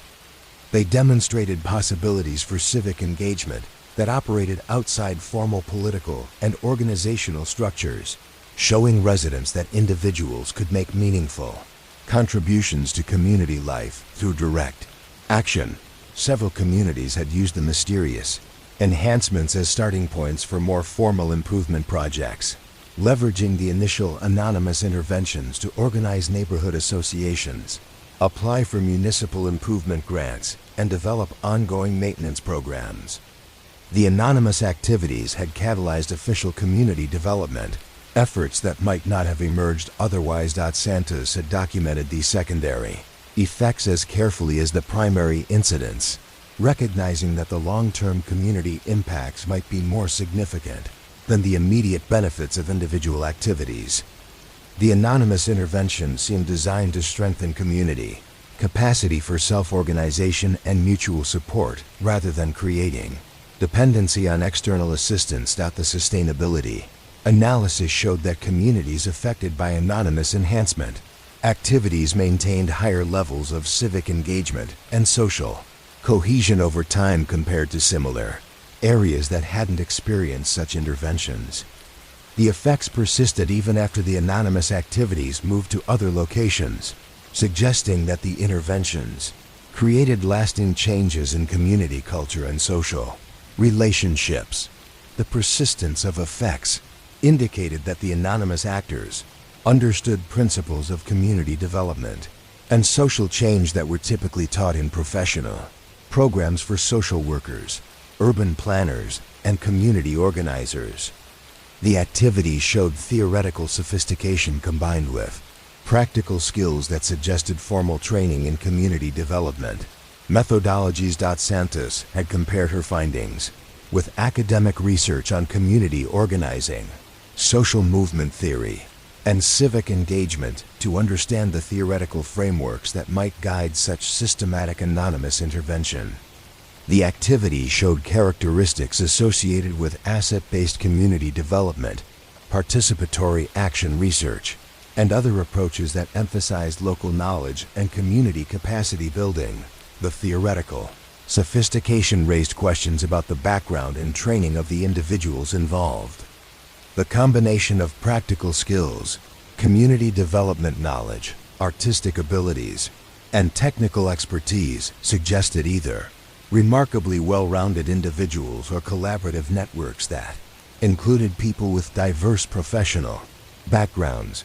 The educational analysis had been particularly intriguing. Activities in the university district showed familiarity with current academic research, pedagogical theory, and curriculum development principles. The supplementary materials that appeared in libraries and study areas demonstrated graduate-level knowledge across multiple disciplines, combined with practical understanding of how students learned most effectively. The artistic interventions showed awareness of contemporary art theory, public art practices, and community-based artistic methodologies. The temporary installations incorporated elements from environmental art, social practice art, and other approaches that required specialized knowledge of contemporary artistic discourse and practice. The technical aspects of various activities suggested engineering backgrounds, environmental science training, or professional experience in urban planning and infrastructure development. The precision of landscape improvements and facility maintenance indicated expertise that typically required formal education and professional certification. Santos had begun developing profiles of possible educational backgrounds and career paths that might produce individuals with the diverse skill sets demonstrated across different categories of activities. The profile suggested involvement of people with graduate education, professional experience in community development or related fields, and sustained commitment to anonymous civic engagement. The commitment analysis had revealed patterns of personal sacrifice and resource investment that challenged assumptions about volunteer behavior and community service motivation.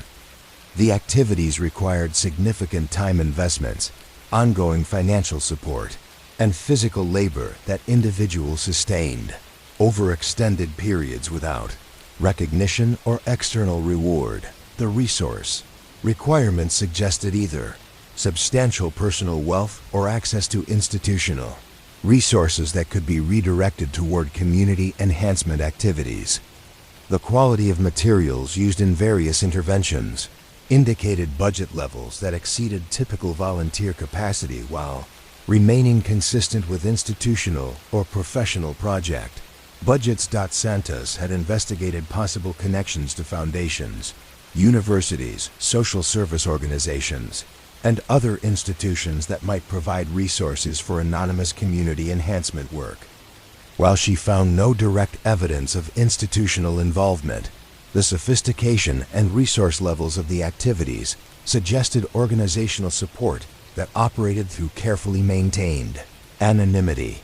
The anonymity itself had become a subject of detailed analysis. The activities demonstrated commitment to avoiding personal recognition that went beyond simple humility to suggest strategic understanding of how anonymity preserved the effectiveness of community interventions.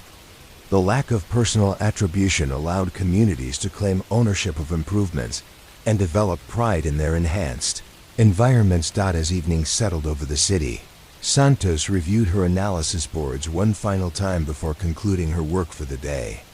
The patterns she had identified suggested a form of civic engagement that operated according to principles rarely seen in official community development work: sustained commitment, strategic thinking, resource investment, and absolute anonymity combined to create interventions that strengthen community capacity while avoiding the dependency relationships that often characterized formal assistance programs. The work would continue tomorrow and in the weeks and months ahead, as new incidents provided additional data points and existing patterns evolved in response to changing community conditions. The analysis had become an investigation into alternative forms of civic engagement that challenged conventional assumptions about how individuals related to their communities and how positive change occurred in urban environments. Eleanor Vasquez sat in her kitchen on Tuesday morning, cradling a cup of coffee that had grown cool while she watched the early light filter through the curtains that framed her window overlooking Elm Street. At 73, she had lived in this house for more than half her life, long enough to witness the quiet evolution of her neighborhood through decades of small changes that accumulated like sediment in a slow-moving river. The coffee cup bore a small chip on its handle, an imperfection she had grown fond of during the 6 years since her husband Miguel had passed away. He had been the one who noticed details, who paid attention to the subtle shifts in their surroundings that revealed how their community was changing. Since his death, Eleanor had tried to maintain his habit of careful observation, sitting at this same kitchen table each morning to watch their street wake up to another day. This morning, like many others over the past few months, she found herself thinking about the night when someone had entered her garden. Not to steal or damage anything, but to tend her plants with a skill and attention that exceeded her own abilities. The memory had taken on an almost dreamlike quality, as if she had awakened to find that benevolent spirits had visited her yard while she slept. The person or persons responsible had never returned, at least not that she could detect. But the effects of their work continued to manifest themselves in ways that reminded her daily of that strange gift.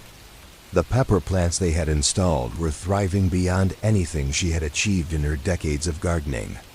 The pruning they had performed on her tomato vines had resulted in a harvest that lasted well into the fall months. More than the practical benefits, the incident had changed her relationship with her garden and her understanding of how people might care for each other without expecting recognition or reward. She had begun paying closer attention to the needs of her neighbors, leaving extra vegetables from her enhanced harvest on doorsteps where she knew they would be appreciated. Mrs. Patterson, who lived 3 houses down, had been dealing with health problems that made grocery shopping difficult. Eleanor had started including her in her weekly trips to the supermarket, extending the anonymous generosity she had received to someone else who could benefit from community support.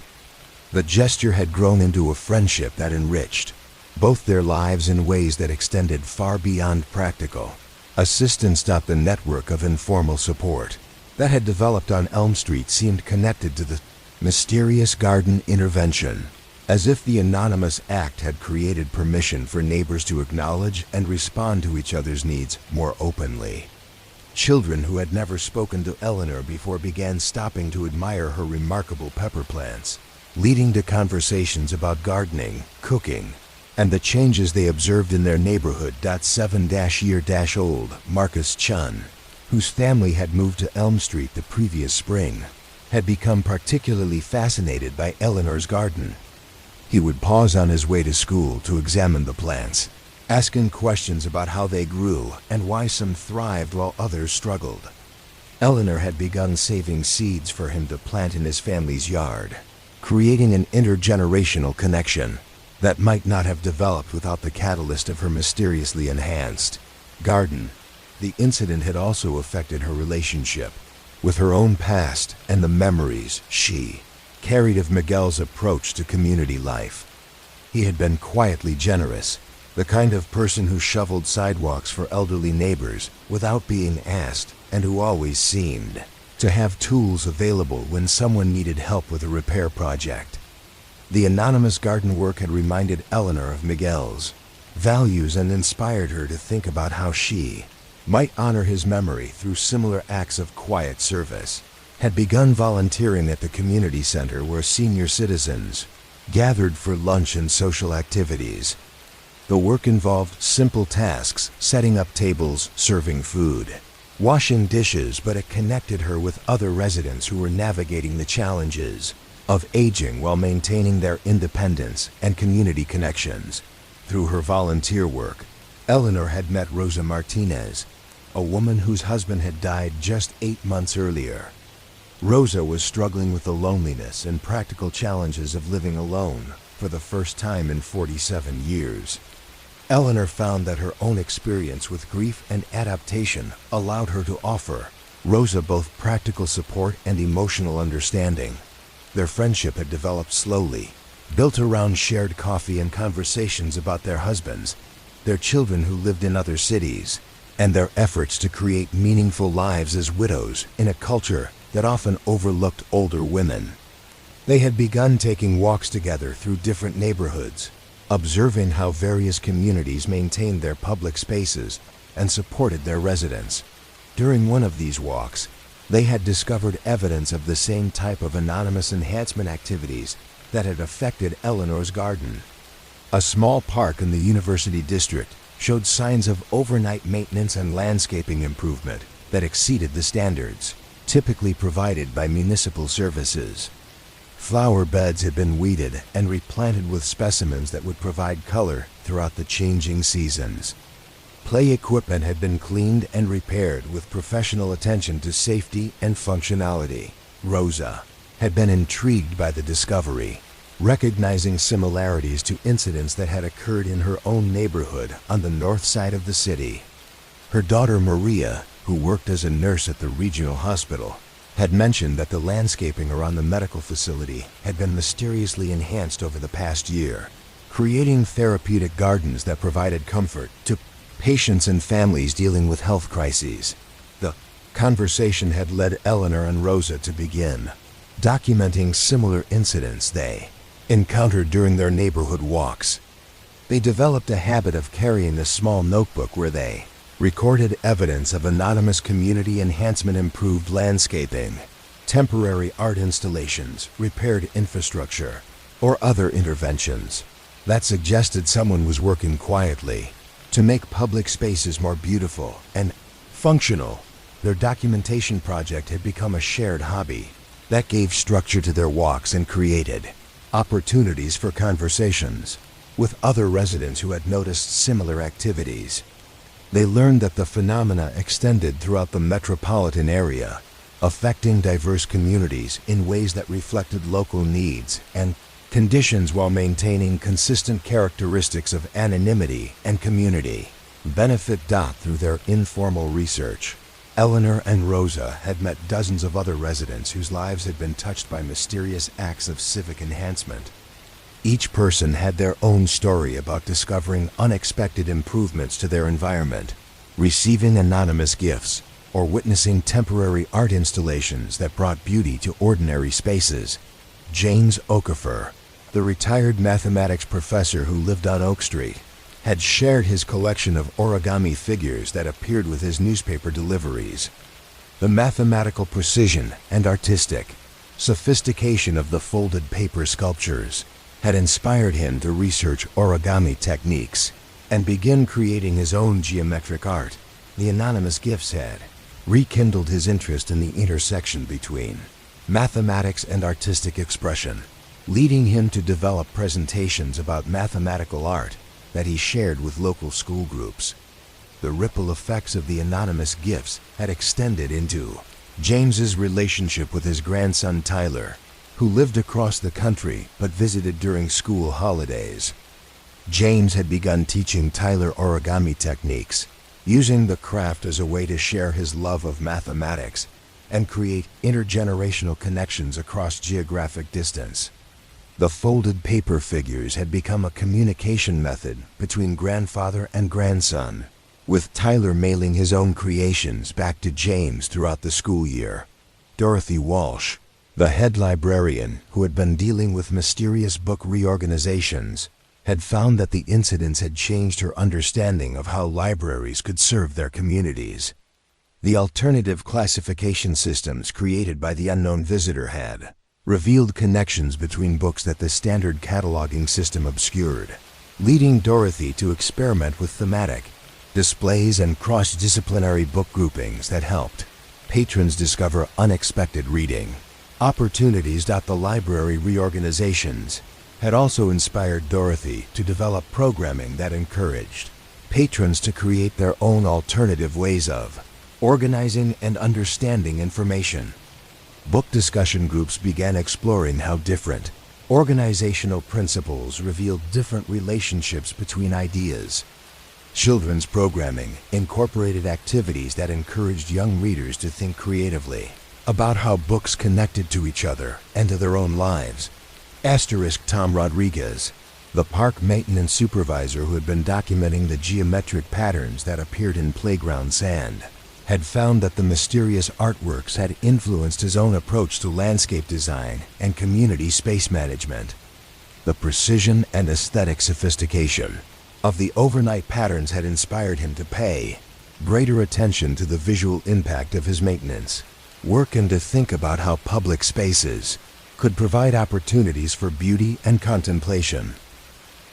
Tom had begun incorporating some of the geometric principles he observed in the sand patterns into his official landscape design work, creating flower bed arrangements and pathway layouts that reflected the mathematical relationships he had learned to appreciate through the Kiwu anonymous art installations. His enhanced design sensitivity had been noticed by his supervisors, leading to additional responsibilities and recognition for innovative approaches to public space management. The incident had also affected Tom's relationship with his teenage daughter Carmen, who had initially shown little interest in his work, but had become fascinated by the photographs he had taken of the sand patterns. Carmen had begun studying geometry and art with increased enthusiasm, recognizing connections between mathematical principles and artistic expression that influenced her academic interests and career. Planning. The human stories that surrounded each mysterious incident created networks of connection and influence that extended far beyond the immediate recipients of anonymous enhancement. Eleanor reflected on how her own experience had led to friendships, volunteer work, and community engagement that enriched her life while allowing her to contribute to the welfare of other people. The anonymous garden work had been a single event lasting perhaps a few hours, but its influence continued to shape her daily routines and her understanding of how individuals could support their communities through both dramatic gestures and ongoing, small acts of care and attention. She finished her coffee and prepared to begin her day, which would include a visit to Rose's house for their weekly walk through a different neighborhood. They had planned to explore the area around the downtown library, curious to see whether they could observe evidence of the book reorganization activities that Dorothy Walsh had described during their recent conversation at the community center. The walk would also provide an opportunity to stop at the farmer's market, where Eleanor had begun purchasing extra produce to share with neighbors who might benefit from fresh vegetables but had limited access to affordable healthy food. The practice had grown out of her enhanced gardens overproduction, but it had evolved into a regular commitment that connected her with other community members while addressing practical needs in ways that preserved dignity and reciprocity. At the farmer's market, Eleanor had developed relationships with several vendors who had begun setting aside slightly imperfect produce that would be difficult to sell, but remain perfectly good for cooking and eating. The arrangement allowed her to purchase high-quality food at reduced cost while helping the vendors minimize waste and maintain customer relationships that extended beyond simple commercial transactions. The produce sharing had created opportunities for informal cooking, exchanges with neighbors from different cultural backgrounds, who introduced Eleanor to recipes and food, preparation techniques that reflected their family, traditions, and ethnic heritage. Her kitchen had become a site of cultural exchange that enriched her understanding of her community's diversity while creating practical ways for neighbors to support each other. Maria Santos, whose family had immigrated from Guatemala 5 years earlier, had taught Eleanor techniques for preserving peppers that allowed her to enjoy her mysteriously enhanced harvest throughout the winter months. In return, Eleanor had shared Miguel's family recipe for tomato sauce, creating a culinary connection that honored both their cultural traditions while adapting to the ingredients available in their shared environment. The food sharing had also connected Eleanor with the Johnson family, whose teenage son, Kevin, had been struggling with the social adjustment challenges of attending a new high school after his family moved to Elm Street. Eleanor had begun including Kevin in her garden work, teaching him about plant care while providing him with informal mentorship that helped him develop confidence and social connections in his new community. Kevin's interest in gardening had led to conversations about environmental science, sustainable agriculture, and career possibilities in fields related to ecological restoration and community development. Eleanor had connected Kevin with Tom Rodriguez, whose work in parks maintenance provided examples of how environmental interest could translate into meaningful career paths that combined outdoor work with community service.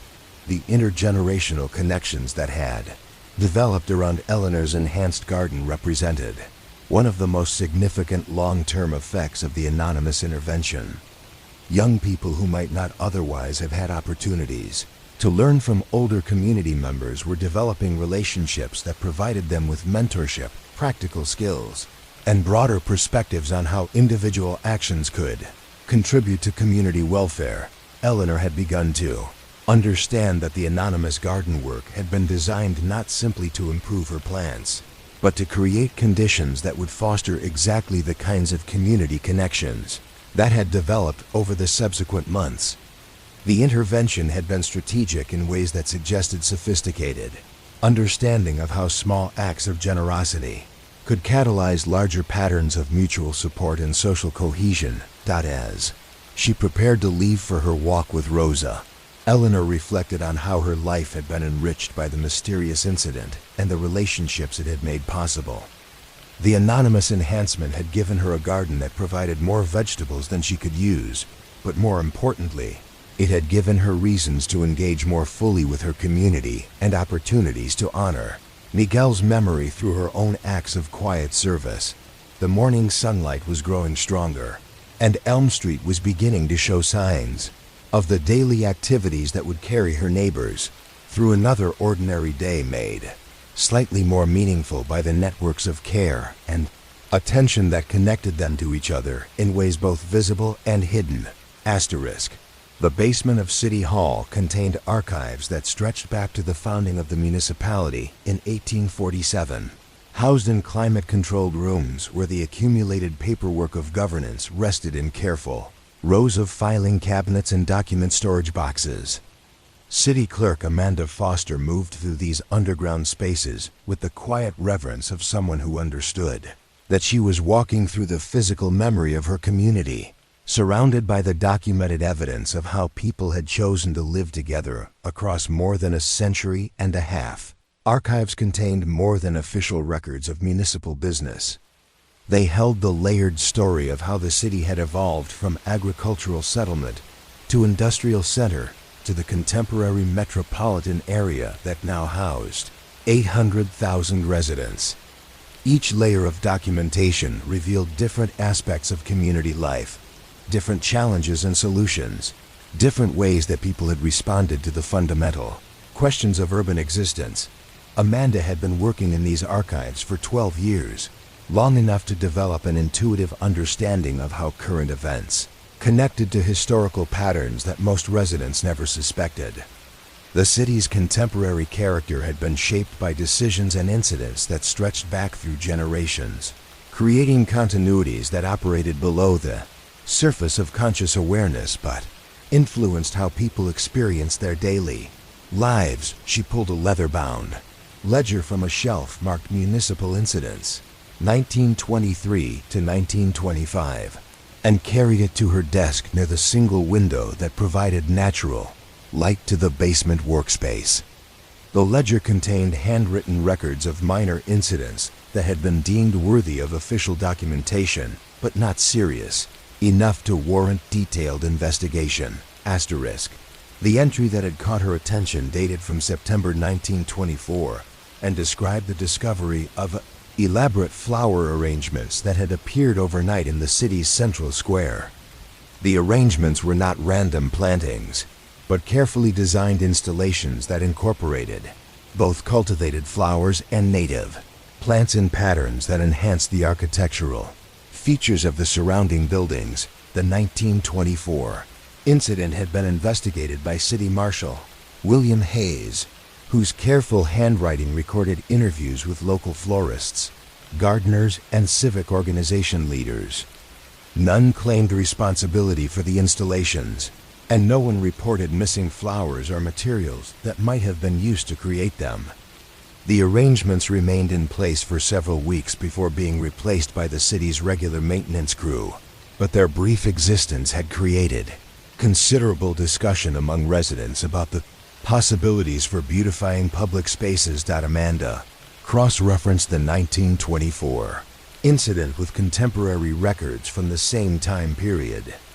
The city had been experiencing economic difficulties related to the decline of its manufacturing base, and municipal services had been reduced due to budget constraints. The mysterious flower installations had appeared during a period when official landscaping and park maintenance had been minimal, providing aesthetic enhancement that the city government could not afford to supply through normal channels. The timing suggested awareness of community needs and strategic thinking about how unofficial interventions could supplement official services without interfering with municipal operations. The installations had been positioned to complement existing infrastructure while demonstrating possibilities for enhanced public space design that influenced subsequent official planning decisions.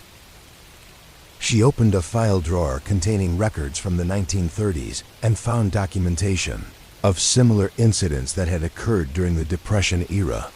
City residents had reported the appearance of community gardens in vacant lots, temporary libraries in public spaces, and informal repair workshops that provided maintenance services for household items that people could not afford to replace.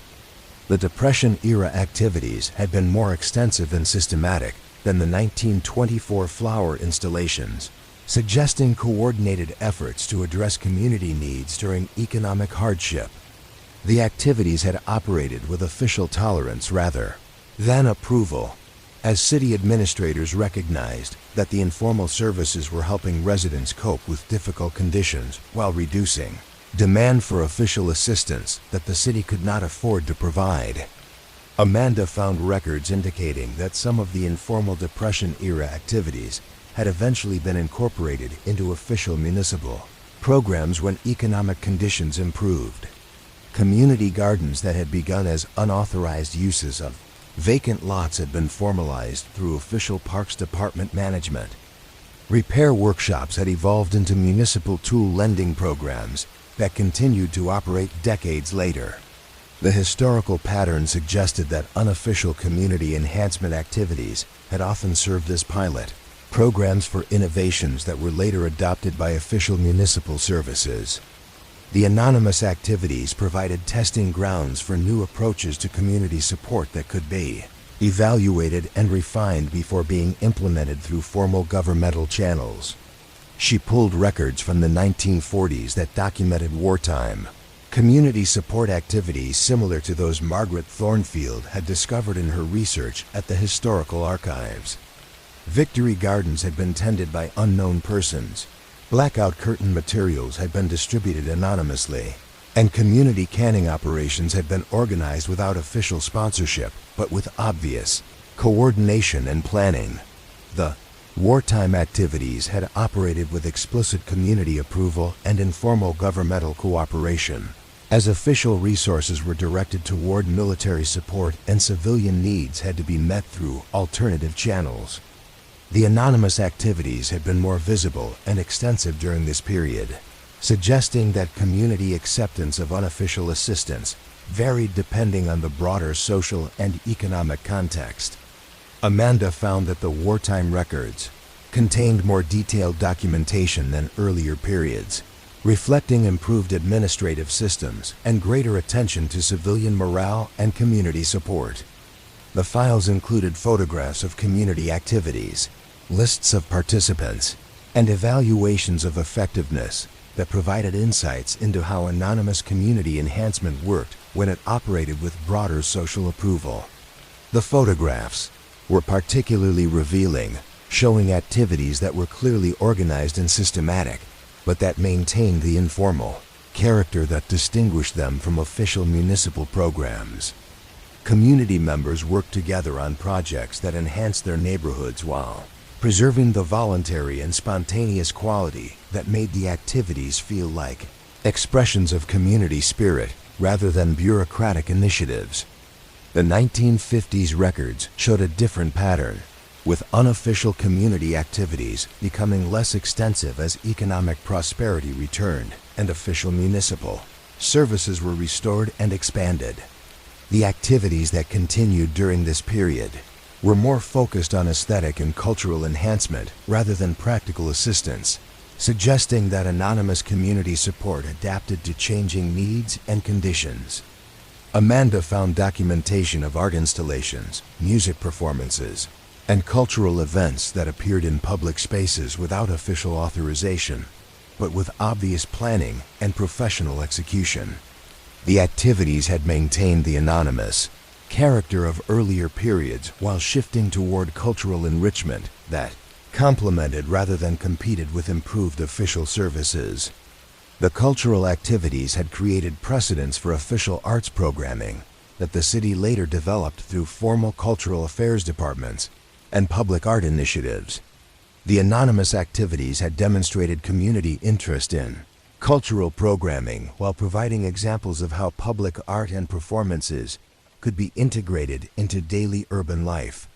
The 1960s records reflected the social changes of that era, with unofficial community activities taking on characteristics associated with broader social movements while maintaining their local character and anonymous organization. Activities focused on community organizing, environmental improvement, and social support that addressed issues that official municipal services were not equipped to handle. Amanda found records of community-organized tutoring programs, environmental cleanup projects, and informal social services that provided assistance to residents who fell between the categories served by official programs. The activities had maintained the pattern of anonymous organization while developing more sophisticated approaches to community development and social change. The environmental activities had been particularly innovative, incorporating approaches to urban sustainability and ecological restoration that were ahead of their time. Community gardens had been designed according to principles that later became standard practices in urban agriculture. Waste reduction and recycling programs had been developed before such approaches were adopted by official municipal services. The 1970s and 1980s records showed continuation of environmental and social service activities combined with renewed attention to aesthetic enhancement and cultural programming. The activities had become more diverse and sophisticated while maintaining their anonymous character and community-responsive approach. Amanda found documentation of neighborhood improvement projects, public art installations, and educational programming that demonstrated increasing technical sophistication and theoretical understanding of community development principles. The activities had begun incorporating approaches from professional social work, urban planning, and community organizing while preserving the informal character that distinguished them from official programs. The records from recent decades showed patterns that connected directly to the contemporary incidents that Detective Chen Officer Martinez and Detective Santos had been investigating. The activities had maintained consistent characteristics of anonymity, community benefit, and strategic timing while adapting to changing urban conditions and technological possibilities. Amanda began mapping the geographical distribution of historical incidents using city planning maps that showed how neighborhoods had developed over time. The pattern that emerged revealed concentrations of activity that had moved through the city in response to changing demographics, economic conditions, and community needs. Areas that had experienced industrial decline had received practical assistance activities. Neighborhoods undergoing gentrification had seen activities focused on community identity preservation and affordable resource provision. Districts with aging populations had experienced activities designed to support seniors while maintaining their independence and community connections. The geographical analysis revealed that the activities had consistently focused on areas and populations that were underserved by official municipal services while avoiding duplication of existing programs. The strategic positioning suggested sophisticated understanding of how unofficial activities could complement formal services, while addressing gaps that official systems could not or would not fill. Amanda cross-referenced the historical incidents with demographic data, economic indicators, and social service statistics to understand how the anonymous activities had related to broader patterns of urban development and community change. The correlation was remarkably consistent, suggesting that the activities had been responsive to community conditions in ways that required detailed knowledge of local needs and circumstances. The historical analysis also revealed temporal patterns that operated on multiple timescales. Some activities occurred in response to immediate crises or seasonal needs. Others reflected longer-term community development strategies that operated over years or decades. The most consistent patterns showed cyclical characteristics that suggested traditional knowledge or cultural practices that were passed between generations of community members. The cyclical patterns were particularly intriguing because they suggested continuities that transcended individual lifespans and connected contemporary activities to historical precedents that stretched back to the earliest periods of the city's development. The activities seemed to represent a tradition of community care that had adapted to changing conditions while maintaining essential characteristics across multiple generations. Amanda found records suggesting that similar traditions existed in other cities with comparable histories, indicating that the pattern might reflect broader cultural practices rather than phenomena unique to her community. Cities throughout the region showed evidence of comparable activities, with local variations that reflected different community conditions but similar underlying approaches to anonymous civic enhancement. The research had led her to examine immigration records, genealogical databases, and other sources that might reveal how community enhancement traditions had been transmitted across time and geography. She found evidence suggesting that some activities might have roots in cultural practices that immigrants had brought from their countries of origin and adapted to American urban conditions.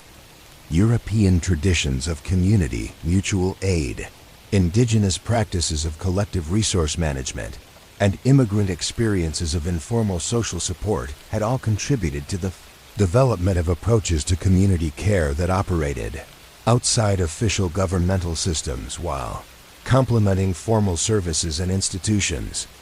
The cultural analysis suggested that the contemporary mysterious activities represented the continuation of practices that had deep historical roots and cross-cultural characteristics. The activities reflected values and approaches that had been tested and refined across generations of community members who understood that official systems alone could not address all the needs that emerged in complex urban environments. As evening approached, Amanda prepared to conclude her research session and secure the archival materials for the night. But first, she walked through the basement storage areas, taking in the accumulated documentation of her community's efforts to address the fundamental questions of how people could live together successfully in urban environments. The files surrounding her contained evidence of countless decisions, experiments, successes, and failures that had shaped the contemporary character of her city. The mysterious activities that were currently generating police reports and community discussion were part of a much larger story about how communities developed resilience, creativity, and mutual support across generations of social and economic change.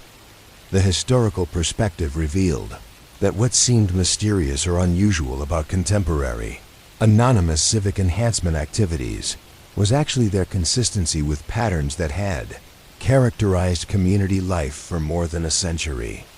The activities represented the continuation of traditions rather than the emergence of new phenomena, suggesting that communities had long understood the value of unofficial support systems that operated alongside formal institutions. Amanda locked the archive room and prepared to return to the upper floors of City Hall, where the official business of municipal government continued according to schedules and procedures that were visible to public observation. But the basement archives contained the record of community life that operated in parallel to official governance, documenting the countless ways that residents had taken responsibility for their collective welfare across generations of urban development. The elevator carried her upward through layers of municipal administration, toward the street level where the city's evening activities were beginning to establish their rhythm. Office workers were concluding their day shifts, students were heading home from evening classes, and the transition toward nighttime activities was creating the conditions where new mysteries might develop to be documented by future archivists in basement storage rooms not yet constructed.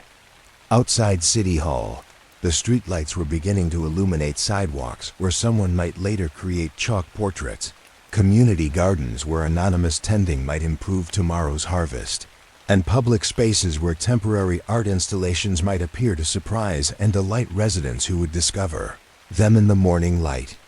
The city carried its history forward through both official records and informal practices, both documented incidents and undocumented traditions, both the activities that generated police reports and the countless small acts of community care that occurred too quietly to warrant official attention, but that nonetheless shaped the character of daily life in ways that connected present residents to generations of community members who had faced similar challenges and developed similar solutions. Captain Robert Sullivan had been with the department for 28 years when he began to notice how the accumulated weight of unexplained cases had changed not just his approach to investigation, but his understanding of what it meant to serve a community that contained multitudes of hidden stories.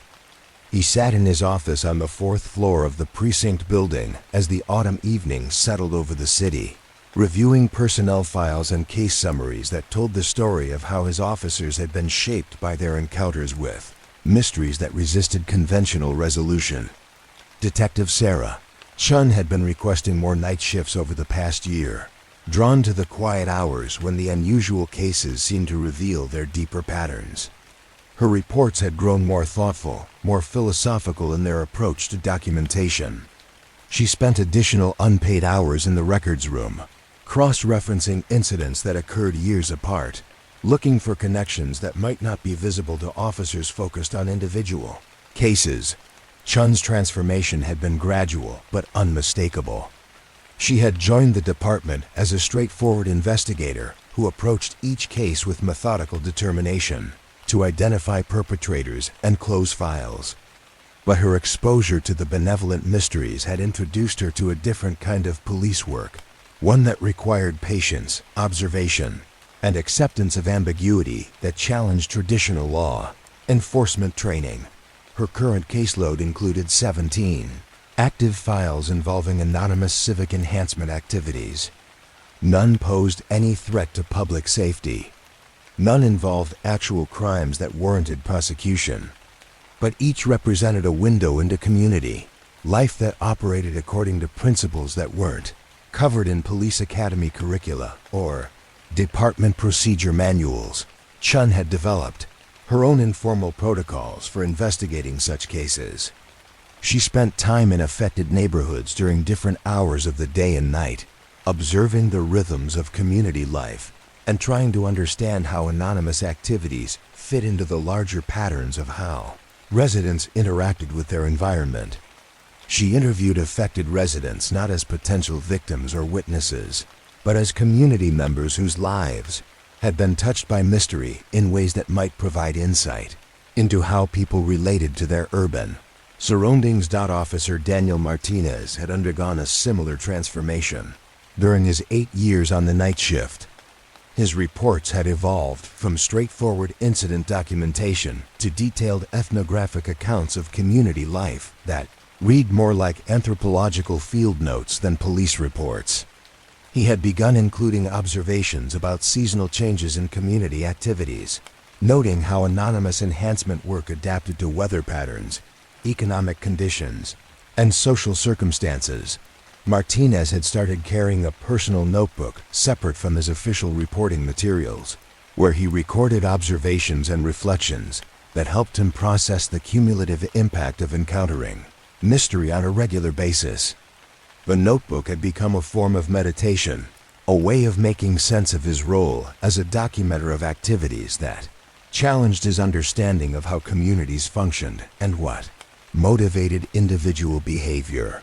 His perspective on law enforcement had shifted from crime, prevention, and response to something more complex that involved bearing witness to the full spectrum of human behavior in urban environments. He had come to see his work as creating a record of community life that included both its problems and its unexpected manifestations of creativity, generosity, and care. Detective Lieutenant Patricia Santos had become the department's unofficial expert on pattern analysis for unusual cases. Her work had evolved beyond traditional criminal investigation to encompass something closer to urban anthropology, studying how communities developed informal systems of mutual support and aesthetic enhancement that operated parallel to official institutions. Santos had begun presenting her findings at regional law enforcement conferences, sharing her methodology for analyzing patterns in cases that didn't fit conventional criminal categories. Her presentations had attracted interest from social workers, urban planners, and community development professionals who recognized connections between her police work and their own efforts to understand how communities function most effectively. The interdisciplinary interest in her work had led Santos to audit courses at the local university in sociology, anthropology, and urban studies. She had found that academic research on community, organizing, and social movements provided theoretical frameworks for understanding the phenomena she documented in her police work. Captain Sullivan had watched these transformations with a mixture of concern and admiration. His officers were becoming different kinds of police officers, ones whose work required them to think more broadly about community welfare and public safety. They were developing skills in observation, documentation, and analysis that exceeded traditional law enforcement requirements while maintaining their core commitments to protecting and serving their community. The accumulated case files had also changed Sullivan's own understanding of his role as a police administrator. He found himself defending his officers' time spent on cases that generated no arrests, resulted in no prosecutions, and solved no crimes in any conventional sense. The work required justification to superiors, who measured police effectiveness through traditional metrics that didn't account for the community value of documenting, understanding benevolent mysteries. Sullivan had begun framing his officers' unusual caseload as community policing in its most sophisticated form, law enforcement that understood community safety to include social cohesion, civic engagement, and the informal networks of mutual support that strengthened neighborhoods' capacity for self-organization and collective welfare. The argument had been successful enough to secure continued support for his officers' unconventional investigation work, but it required ongoing explanation and justification to administrators who preferred more quantifiable measures of police effectiveness. Sullivan had learned to translate the community value of mystery, documentation into language that satisfied bureaucratic requirements, while preserving the spaces officers needed to develop their understanding of how their community actually functioned. The night shift had become the department's informal laboratory for developing new approaches to community policing that recognized the full complexity of urban life. Officers working these hours encountered the city at its most mysterious and most revealing, when the activities that occurred beyond official observation created opportunities for understanding community dynamics that were invisible during normal business hours. Sullivan walked through the precinct building during the evening shift change, observing how officers prepared for the hours when their most unusual cases typically developed. The preparation involved both practical considerations, ensuring that cameras and documentation materials were available for incident recording, and psychological readiness for encounters with phenomena that challenged conventional categories of police work. Officer Jennifer Walsh, who had joined the night shift 6 months earlier, was still adapting to the particular demands of investigating cases that might never be solved in any traditional sense. Her training had prepared her for criminal investigation, but not for the patient observation and careful documentation that characterized the department's approach to anonymous civic enhancement activities.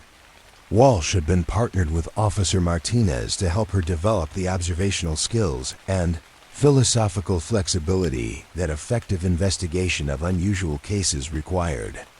The mentoring process involved not just technical training, but something closer to apprenticeship in a different way of understanding police work and community service. The collaboration between Walsh and Martinez had produced some of the department's most detailed documentation of how anonymous activities adapted to changing community conditions. Their joint reports tracked the seasonal evolution of mysterious interventions, noting how gift-giving activities increased during holiday periods, while landscape enhancement work concentrated during optimal growing seasons. Detective Frank Morrison, who had worked primarily on conventional criminal cases for 15 years, had recently requested assignment to some of the department's unusual case files. His interest had been sparked by recognition that the anonymous civic enhancement activities demonstrated organizational skills and community knowledge that exceeded most criminal enterprises he had investigated. Morrison's background in investigating organized crime had given him expertise in analyzing coordination patterns, resource flows, and strategic planning that proved valuable for understanding how anonymous community activities sustained themselves over extended periods.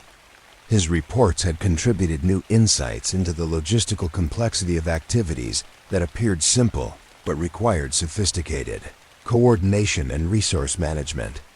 The cross-training between officers with different specializations had strengthened the department's capacity for understanding unusual cases while building appreciation for how different types of police work could inform each other. Officers learned that the observational skills required for documenting mysterious community activities enhanced their effectiveness in conventional criminal investigation, while traditional investigative techniques provided tools for analyzing the organizational aspects of anonymous civic enhancement.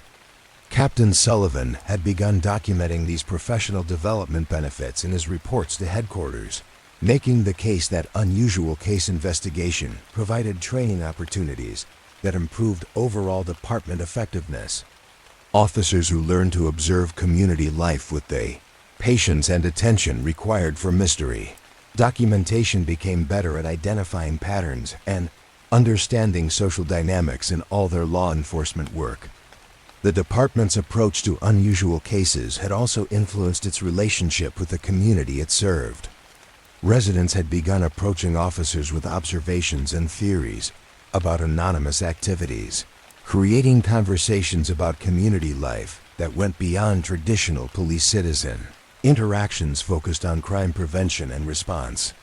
These conversations had revealed community knowledge about local needs, social dynamics, and informal support networks that helped officers understand their neighborhoods more completely.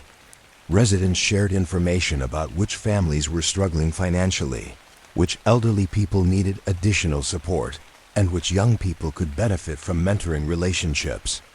The information had enabled officers to connect community members with appropriate resources while building trust relationships that strengthened overall public safety.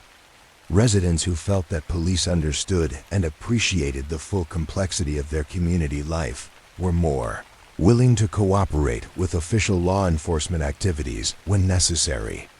Sullivan had found that the department's work on unusual cases had created opportunities for police officers to serve their community in ways that transcended traditional law enforcement roles.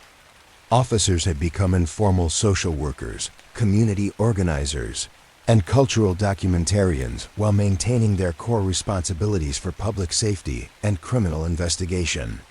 The expanded role had required additional training in conflict resolution, community development, and cultural competency that enhanced officers' effectiveness in all aspects of their work. The training had been expensive and time-consuming, but it had produced measurable improvements in community satisfaction with police services and reductions in tension between law enforcement and community members. The evening grew darker outside the precinct building as Sullivan completed his review of how the unusual cases had affected his department and his officers. The transformations he had observed represented both challenges and opportunities for police work in urban communities that contained multitudes of activities that didn't fit conventional categories of criminal or non-criminal behavior. His officers had become students of their community in ways that exceeded traditional law enforcement training, developing expertise in observation, documentation, and analysis that served both police work and broader community welfare. They had learned to see their role as preserving the record of community life in all its complexity, not just responding to its problems and conflicts. The work would continue through the night shift and in all the shifts that followed, as new mysteries developed and existing patterns evolved in response to changing community conditions. The accumulated case files would continue to grow, creating an archive of urban life that documented not just crime and disorder, but the creativity, generosity, and care that characterized much of what actually happened in the spaces where people lived together. Sullivan turned off his office light and prepared to end his shift, leaving the night operations in the hands of officers who had learned to navigate the boundary between law enforcement and something larger that involved bearing witness to the full spectrum of human behavior in urban environments. Outside the building, the city continued its nighttime rhythm, creating the conditions where new stories would unfold to challenge and enrich his officers' understanding of the community they served. The accumulated weight of mystery had not burdened his officers, but had deepened their connection to their work and their community. They had become different kinds of police officers, ones whose service included creating and preserving the record of activities that revealed the hidden generosity and creativity that flourished in the margins of official attention. The work required patience, observation, and acceptance of ambiguity, but it had produced officers who understood their community with uncommon depth and served it with uncommon wisdom. The first light of dawn was beginning to soften the edges of the city's nighttime silhouette when Detective Sarah Chun completed her final report of what would prove to be her last night shift before accepting a promotion to the Community Relations Division. She sat at her familiar desk in the precinct building on Maple Avenue, surrounded by the accumulated files that had shaped her understanding of police work and community service over the past 5 years of investigating the city's most persistent mysteries. The report she had just completed documented the discovery of a small memorial garden that had appeared overnight in the corner of Riverside Park, where an elderly homeless man named Thomas Bradley had died peacefully in his sleep 3 weeks earlier. Someone had planted wildflowers native to the region, installed a simple wooden bench positioned to face the sunrise, and placed a small stone marker engraved only with the dates of Thomas's birth and death. The memorial had been discovered by park maintenance supervisor Tom Rodriguez during his morning rounds. Tom had recognized the professional quality of the landscape work and the thoughtful selection of plants that would provide color throughout the changing seasons while requiring minimal maintenance. The installation showed the same attention to community needs and aesthetic principles that had characterized the geometric sand patterns, garden enhancements, and other anonymous interventions that had enriched the city's public spaces for as long as anyone could remember. Chun's investigation had revealed that Thomas Bradley had been known to many residents of the Riverside district, where he had lived outdoors for nearly a decade. Despite his homeless status, he had been informally adopted by the community, receiving regular meals, warm clothing, and friendly conversation from neighbors who had grown to appreciate his gentle presence and his knowledge of local birds and seasonal changes. His death had been mourned by more people than might have been expected for someone who owned no property and left no formal legacy. But the memorial garden suggested that his life had been valued by someone with the resources and skills to create a lasting tribute that would honor his memory while providing beauty and contemplation space for other community members. The investigation had followed the same methodical approach that Chun had developed for all unusual cases, but it had taken on a different quality because it marked the conclusion of her work with the night shift and her transition to responsibilities that would focus more on community engagement and less on mystery documentation. She had spent her final weeks on the night shift visiting locations throughout the city where anonymous interventions had occurred, creating a personal inventory of how these activities had shaped her understanding of police work and community life. The visits had become a form of meditation, a way of integrating her experiences with mystery into her preparation for work that would involve more direct community interaction. The chalk portrait locations downtown had become stopping points during her patrols, where she would pause to observe how the temporary artworks had influenced foot traffic patterns and social interactions among people who worked in the affected buildings. The portraits had consistently created moments of recognition and conversation that strengthened the social fabric of the business district in ways that official public art programs had never achieved. The community garden sites had revealed how anonymous horticultural interventions had catalyzed broader resident engagement with food production, environmental stewardship, and neighborhood beautification. Gardens that had been mysteriously enhanced were now maintained by resident volunteers who had been inspired by the initial improvements to develop their own gardening skills and community organizing capacity. The library locations where books had been reorganized according to alternative classification systems had become sites of ongoing experimentation with information organization and community learning. Librarians had incorporated some of the anonymous curatorial approaches into official programming, creating displays and reading recommendations that reflected the interdisciplinary thinking that the mysterious reorganizations had demonstrated.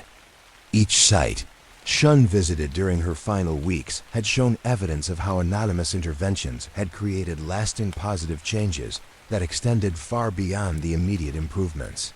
The activities had served as catalysts for community development, inspiration for resident initiatives, and demonstrations of possibilities that had influenced official planning and resource allocation decisions. Officer Daniel Martinez had also reached a transition point in his career, accepting assignment to the newly created Community Documentation Unit that would formalize the department's approach to investigating and recording unusual cases. His 8 years of night shift experience had prepared him to train other officers in the observational skills and philosophical flexibility required for effective mystery investigation. The Community Documentation Unit represented official recognition that the city's unusual cases provided valuable insights into community dynamics and social innovation that could inform both law enforcement strategies and broader municipal policy development. The unit would work closely with urban planning departments, social service agencies, and community organizations to ensure that lessons learned from anonymous civic enhancement activities could contribute to official Community development efforts. Martinez had spent his final weeks on traditional patrol duties, creating training materials that would help other officers develop appreciation for the community. Value of mystery documentation. The materials emphasized that unusual cases required different investigative approaches than conventional criminal matters, but that the skills developed through mystery investigation enhanced overall police effectiveness and community relations. Detective Lieutenant Patricia Santos had accepted a position with the Regional Consortium of Police Departments that had been established to coordinate investigation of unusual cases across multiple jurisdictions. Her pattern analysis work had revealed that anonymous civic enhancement activities operated on scales that transcended individual city boundaries, requiring coordinated documentation and information sharing among law enforcement agencies throughout the metropolitan area. The regional consortium represented recognition that community-scale mysteries were actually metropolitan phenomena that could be understood only through collaboration among agencies that had previously operated independently. Santos would lead the development of standardized protocols for investigating and documenting unusual cases while preserving the local autonomy that allowed individual departments to respond appropriately to their specific community conditions.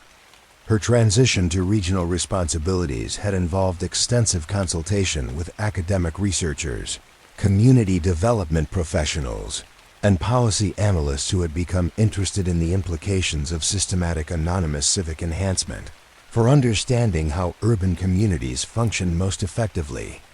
The interdisciplinary collaboration had revealed connections between police mystery documentation and broader research on social innovation, community resilience, and alternative approaches to public service delivery. Captain Robert Sullivan had been promoted to Chief of Community Services, a newly created position that would oversee coordination between traditional law enforcement activities and the expanded community engagement functions that had evolved from the department's work on unusual cases. His experience managing officers who had been transformed by their encounters with benevolent mystery had prepared him to lead the integration of mystery documentation into comprehensive public safety strategies. The promotion had required Sullivan to articulate the community value of police work that didn't result in arrests or prosecutions, but that contributed to public welfare through careful observation and documentation of activities that strengthened social cohesion and civic engagement. His arguments had persuaded city administrators that investment in mystery investigation provided returns through improved community relations, enhanced officer training, and valuable intelligence about informal community support systems. As the morning light grew stronger, Chun reflected on how her understanding of police work had been changed by her encounters with the city's persistent mysteries.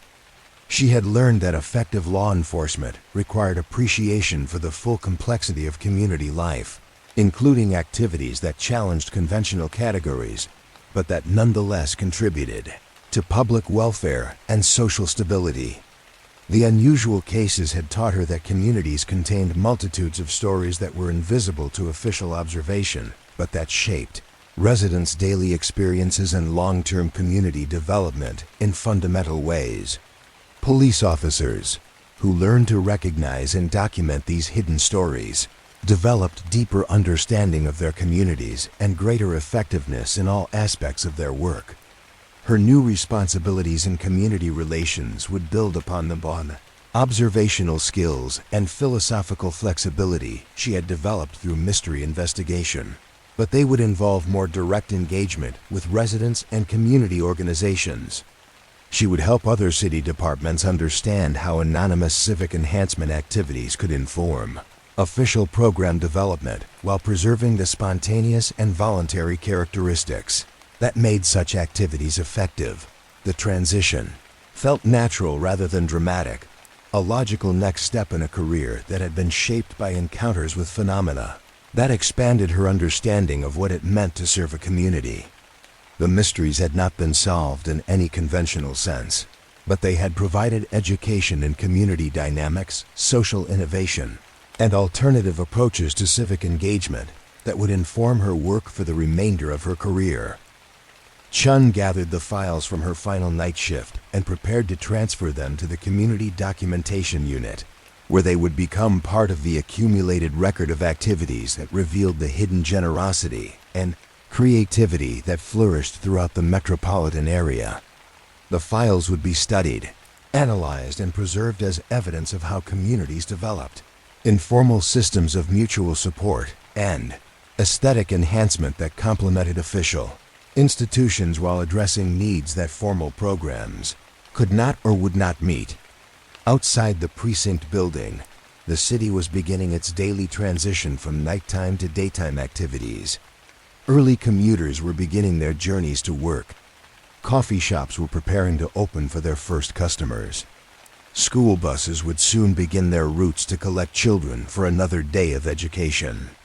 But layered within these familiar rhythms were the ongoing activities that occurred beyond official observation, the continuing work of anonymous community enhancement that would create today's small surprises and tomorrow's lasting improvements.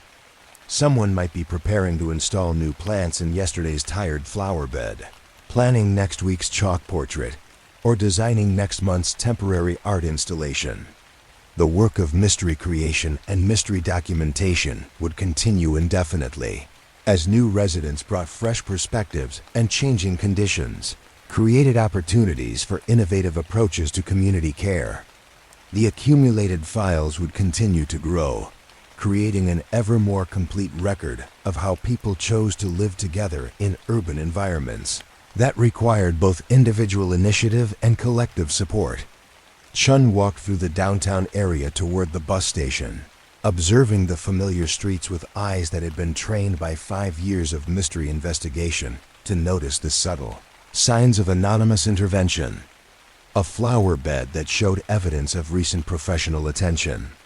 A crosswalk where someone had repaired minor pavement damage with unusual care. A bus stop where someone had installed additional seating that complemented the existing infrastructure while providing enhanced comfort for waiting passengers. The observations had become automatic, part of her daily awareness of how the city was continuously being improved by residents who chose to contribute their time, skills, and resources to community welfare without seeking recognition or reward. The anonymous activities were not mysterious in any supernatural sense. They were simply expressions of human creativity and generosity that operated outside conventional channels of civic engagement. The bus ride home took her through several neighborhoods where she had investigated unusual cases during her years on the night shift. Each area showed evidence of ongoing anonymous enhancement activities, some of which she recognized from her files and others that represented new developments in the city's continuous process of informal self-improvement.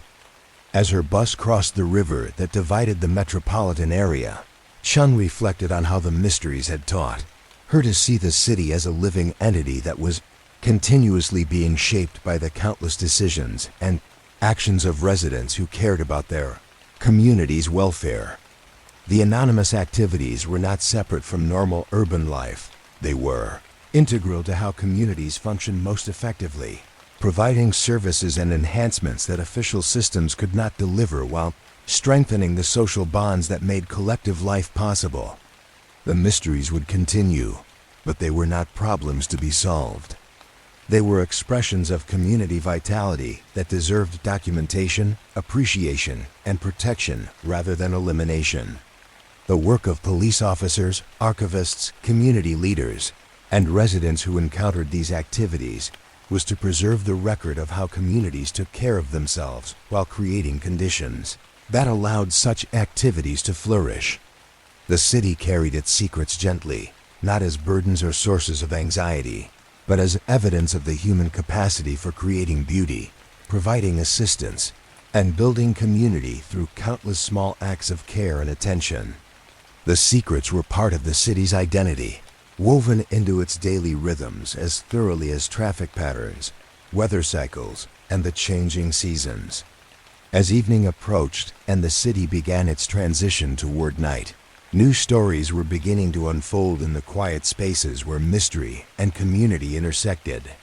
Someone was probably preparing materials for tonight's community enhancement project, studying maps to identify locations where their skills could provide maximum benefit, or simply walking through their neighborhood with eyes open for opportunities to contribute something beautiful or helpful to their neighbors' lives. The work would continue as long as communities existed, as long as people chose to live together in cities that required both official institutions and informal networks of mutual support. The mysteries were not temporary phenomena that would eventually be explained and concluded. They were permanent characteristics of urban life that revealed the creativity, generosity, and care that flourished when people committed themselves to their community's welfare. And in the morning, someone would discover evidence of the night's anonymous work, adding another small story to the city's vast collection of hidden generosities, another thread to the invisible network of care that connected neighbors to each other across the metropolitan area. The stories would be documented, filed, and preserved as testimony to the human capacity for creating communities that were more beautiful, more supportive, and more livable than any official institution could make them alone. The city slept with its secret safe, carried forward by the quiet pulse of community life that continued through darkness and light, through seasons and years, through all the changes that would shape its future while honoring the traditions of care that had shaped its past. Years that followed the formal recognition of the city's mysterious activities brought changes that were both subtle and profound, like the gradual shift of seasons or the slow accumulation of sediment in a riverbed. Dr. Ilana Vasquez, granddaughter of Eleanor, who had experienced the first documented garden enhancement on Elm Street, returned to the city after completing her doctoral studies in urban sociology at a university 3 states away, carrying with her research that had been inspired by the stories her grandmother had shared during their weekly phone conversations. Elena had written her dissertation on informal community support systems in post-industrial cities, using her grandmother's neighborhood as a case study for how anonymous civic enhancement activities created social bonds that strengthened community resilience across multiple generations. Her academic work had provided theoretical frameworks for understanding phenomena that the police department had been documenting through careful observation and patient investigation. She had returned to find a city that had grown more conscious of its hidden networks of mutual support while maintaining the essential anonymity that made such networks effective. The Community Documentation Unit had evolved into a resource that other municipalities consulted when they encountered their own versions of benevolent mysteries, and the regional consortium had expanded to include cities throughout the tri-state area. Elena accepted a position with the city's newly established Office of Community Innovation, a department that had grown out of recognition that anonymous civic enhancement activities provided models for official programs that could strengthen community capacity without displacing the informal systems that had proven so effective over generations of urban development. Her first assignment involved conducting a comprehensive study of how anonymous activities had influenced official municipal planning and resource allocation over the past decade. The research would inform policy development that aimed to create conditions where informal community support systems could flourish while ensuring that official services complemented rather than competed with grassroots initiatives. The study required Elena to interview dozens of city employees, community leaders, and residents whose lives had been affected by anonymous interventions. What she discovered was a complex ecosystem of formal and informal community support that had evolved through decades of careful adaptation and mutual influence. Parks Department Supervisor Tom Rodriguez, now nearing retirement, had incorporated design principles learned from the geometric sand patterns into official playground and landscape projects throughout the city. His work had created public spaces that invited creative interaction while maintaining the safety and accessibility standards required for municipal facilities. Tom's daughter Carmen, now a graduate student in mathematics education, had developed teaching methods that used geometric art projects to help students understand abstract mathematical concepts.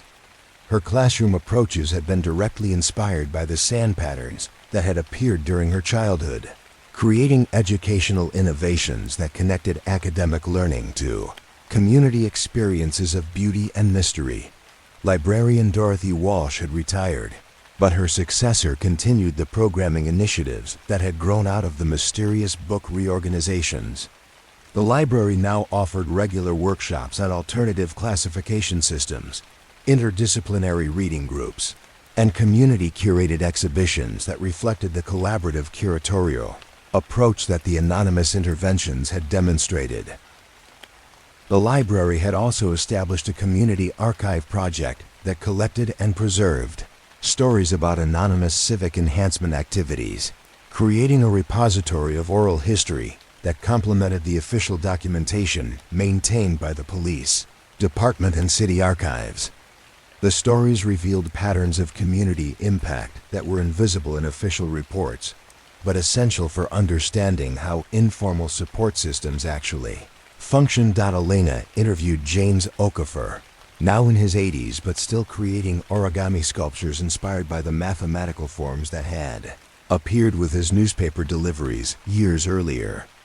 James had become an unofficial community elder whose knowledge of the neighborhood's hidden history made him a valuable resource for new residents seeking to understand how their community had developed its distinctive character. James had begun hosting monthly gatherings where long-term residents shared stories about anonymous activities they had witnessed or experienced, creating informal education opportunities for newer community members while preserving institutional memory that might otherwise be lost as original. Participants aged and moved away. The gatherings had evolved into a neighborhood tradition that strengthened social connections while maintaining the sense of mystery and wonder that made the anonymous activity special.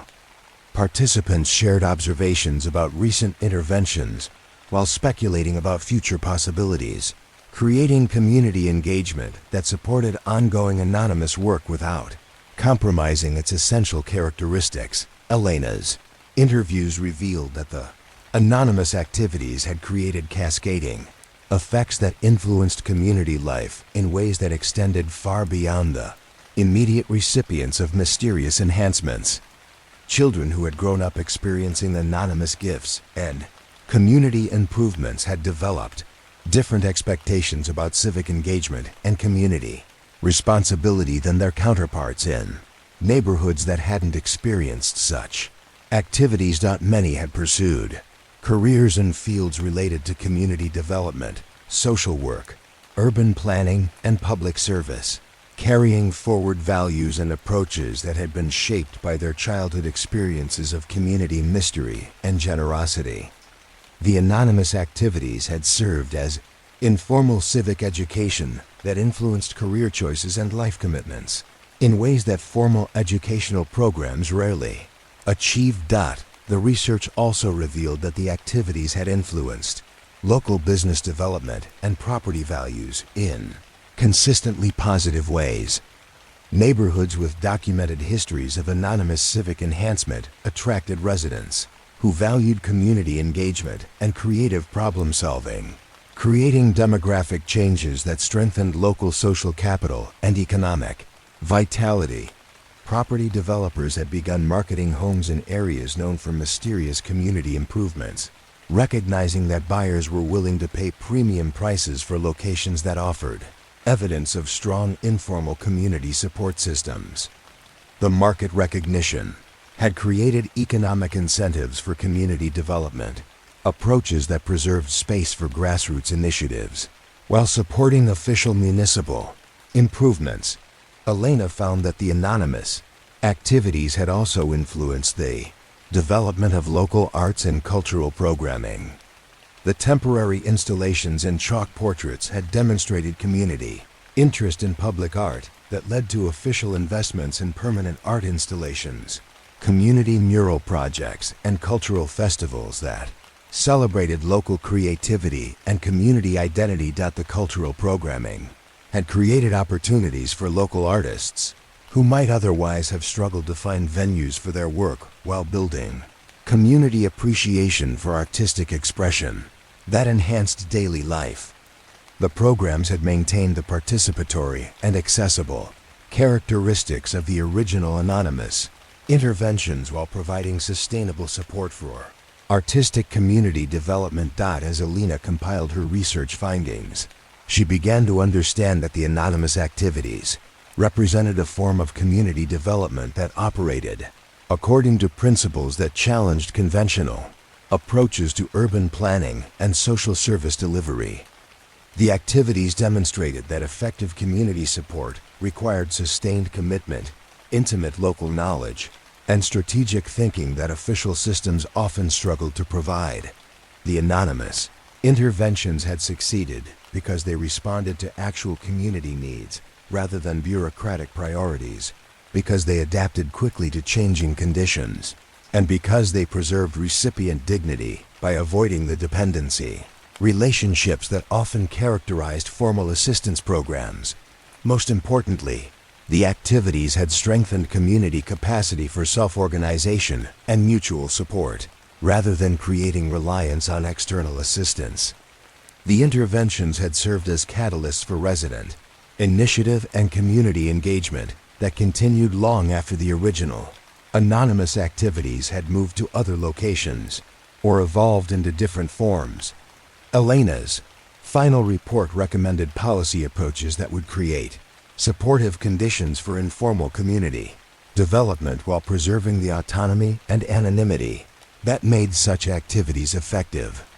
The recommendations included zoning flexibility that allowed creative uses of public space, permit processes that accommodated temporary installations, and resource allocation strategies that complemented rather than replaced grassroots initiatives. The report also recommended continued investment in community documentation and research that could help other municipalities understand how to support informal community development without compromising its essential characteristics. The documentation work had proven valuable not just for preserving local history, but for developing replicable approaches to community support that could be adapted to different urban conditions. As Alina prepared to present her findings to city administrators, she reflected on how her grandmother's experience with mysterious garden enhancement had influenced her own career path and understanding of community development.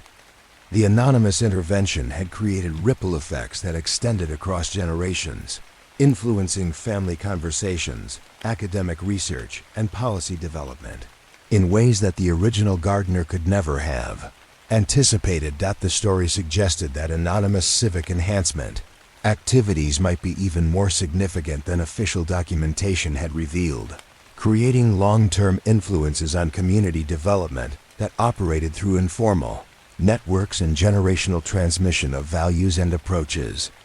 The activities might represent a form of community investment that produced returns over decades rather than immediate fiscal years. Elena's research had also revealed that the activities continued to evolve and adapt to changing community conditions. Recent interventions had incorporated new technologies and responded to contemporary challenges while maintaining the essential characteristics of anonymity, community benefit, and strategic timing that had characterized the historical activities. Climate change adaptation had become a focus of recent anonymous environmental interventions, with mysterious installations of rain gardens, native plant habitats, and energy-efficient lighting appearing in locations where they would provide maximum community benefit while demonstrating sustainable practices that residents could adopt in their own properties. Social justice concerns had influenced the geographic distribution of recent activities, with increased attention to neighborhoods that had been historically underserved by official municipal investments. The activities had maintained their commitment to enhancing rather than replacing official services while addressing equity, issues that formal programs had struggled to resolve. Effectively, digital technology had been incorporated into some recent interventions, with QR codes appearing alongside temporary art installations to provide additional information about local history, environmental conditions, or community resources. The technology had been used to enhance rather than replace direct community engagement while providing educational opportunities that extended the impact of physical interventions. The technological adaptations had maintained the anonymous character of the activities while demonstrating awareness of how contemporary communication tools could support community development goals. The integration had been sophisticated and community responsive, suggesting that the anonymous actors had kept pace with broader social and technological changes. Elena's research had documented these evolutionary changes, while noting that the core characteristics of the activities had remained consistent across decades of adaptation. The commitment to anonymity, community benefit, and strategic enhancement had persisted through multiple generations of interventions and various forms of official recognition and support. Asterisk. As she concluded her study, Elena recognized that the anonymous activities represented more than community service or creative expression. They demonstrated alternative approaches to civic engagement that challenged conventional assumptions about how communities function most effectively and how individuals could contribute to collective welfare. The activities had created a parallel system of community support that complemented official institutions while addressing needs and opportunities that formal systems could not effectively serve. The system had proven remarkably durable and adaptive, suggesting that it represented fundamental characteristics of healthy community life rather than temporary phenomena that would eventually be replaced by official programs. The evening light was beginning to fade as Elena walked through the downtown area where chalk portraits continued to appear, with the same regularity and artistic sophistication that had characterized them for years. The portraits had become part of the city's identity, expected and appreciated by residents who had learned to look for them during their daily routines. The continuity suggested that the anonymous activities had become institutional in their own way, creating traditions and expectations that shaped community life as thoroughly as official services and programs. The activities had achieved a form of permanence that transcended the involvement of any particular individuals while maintaining the flexibility and responsiveness that made them effective. Elena's research would contribute to policy development that aimed to support and protect these informal community institutions while preserving their essential characteristics. The work would require careful balance between recognition and preservation, between support and control, between documentation and mystery.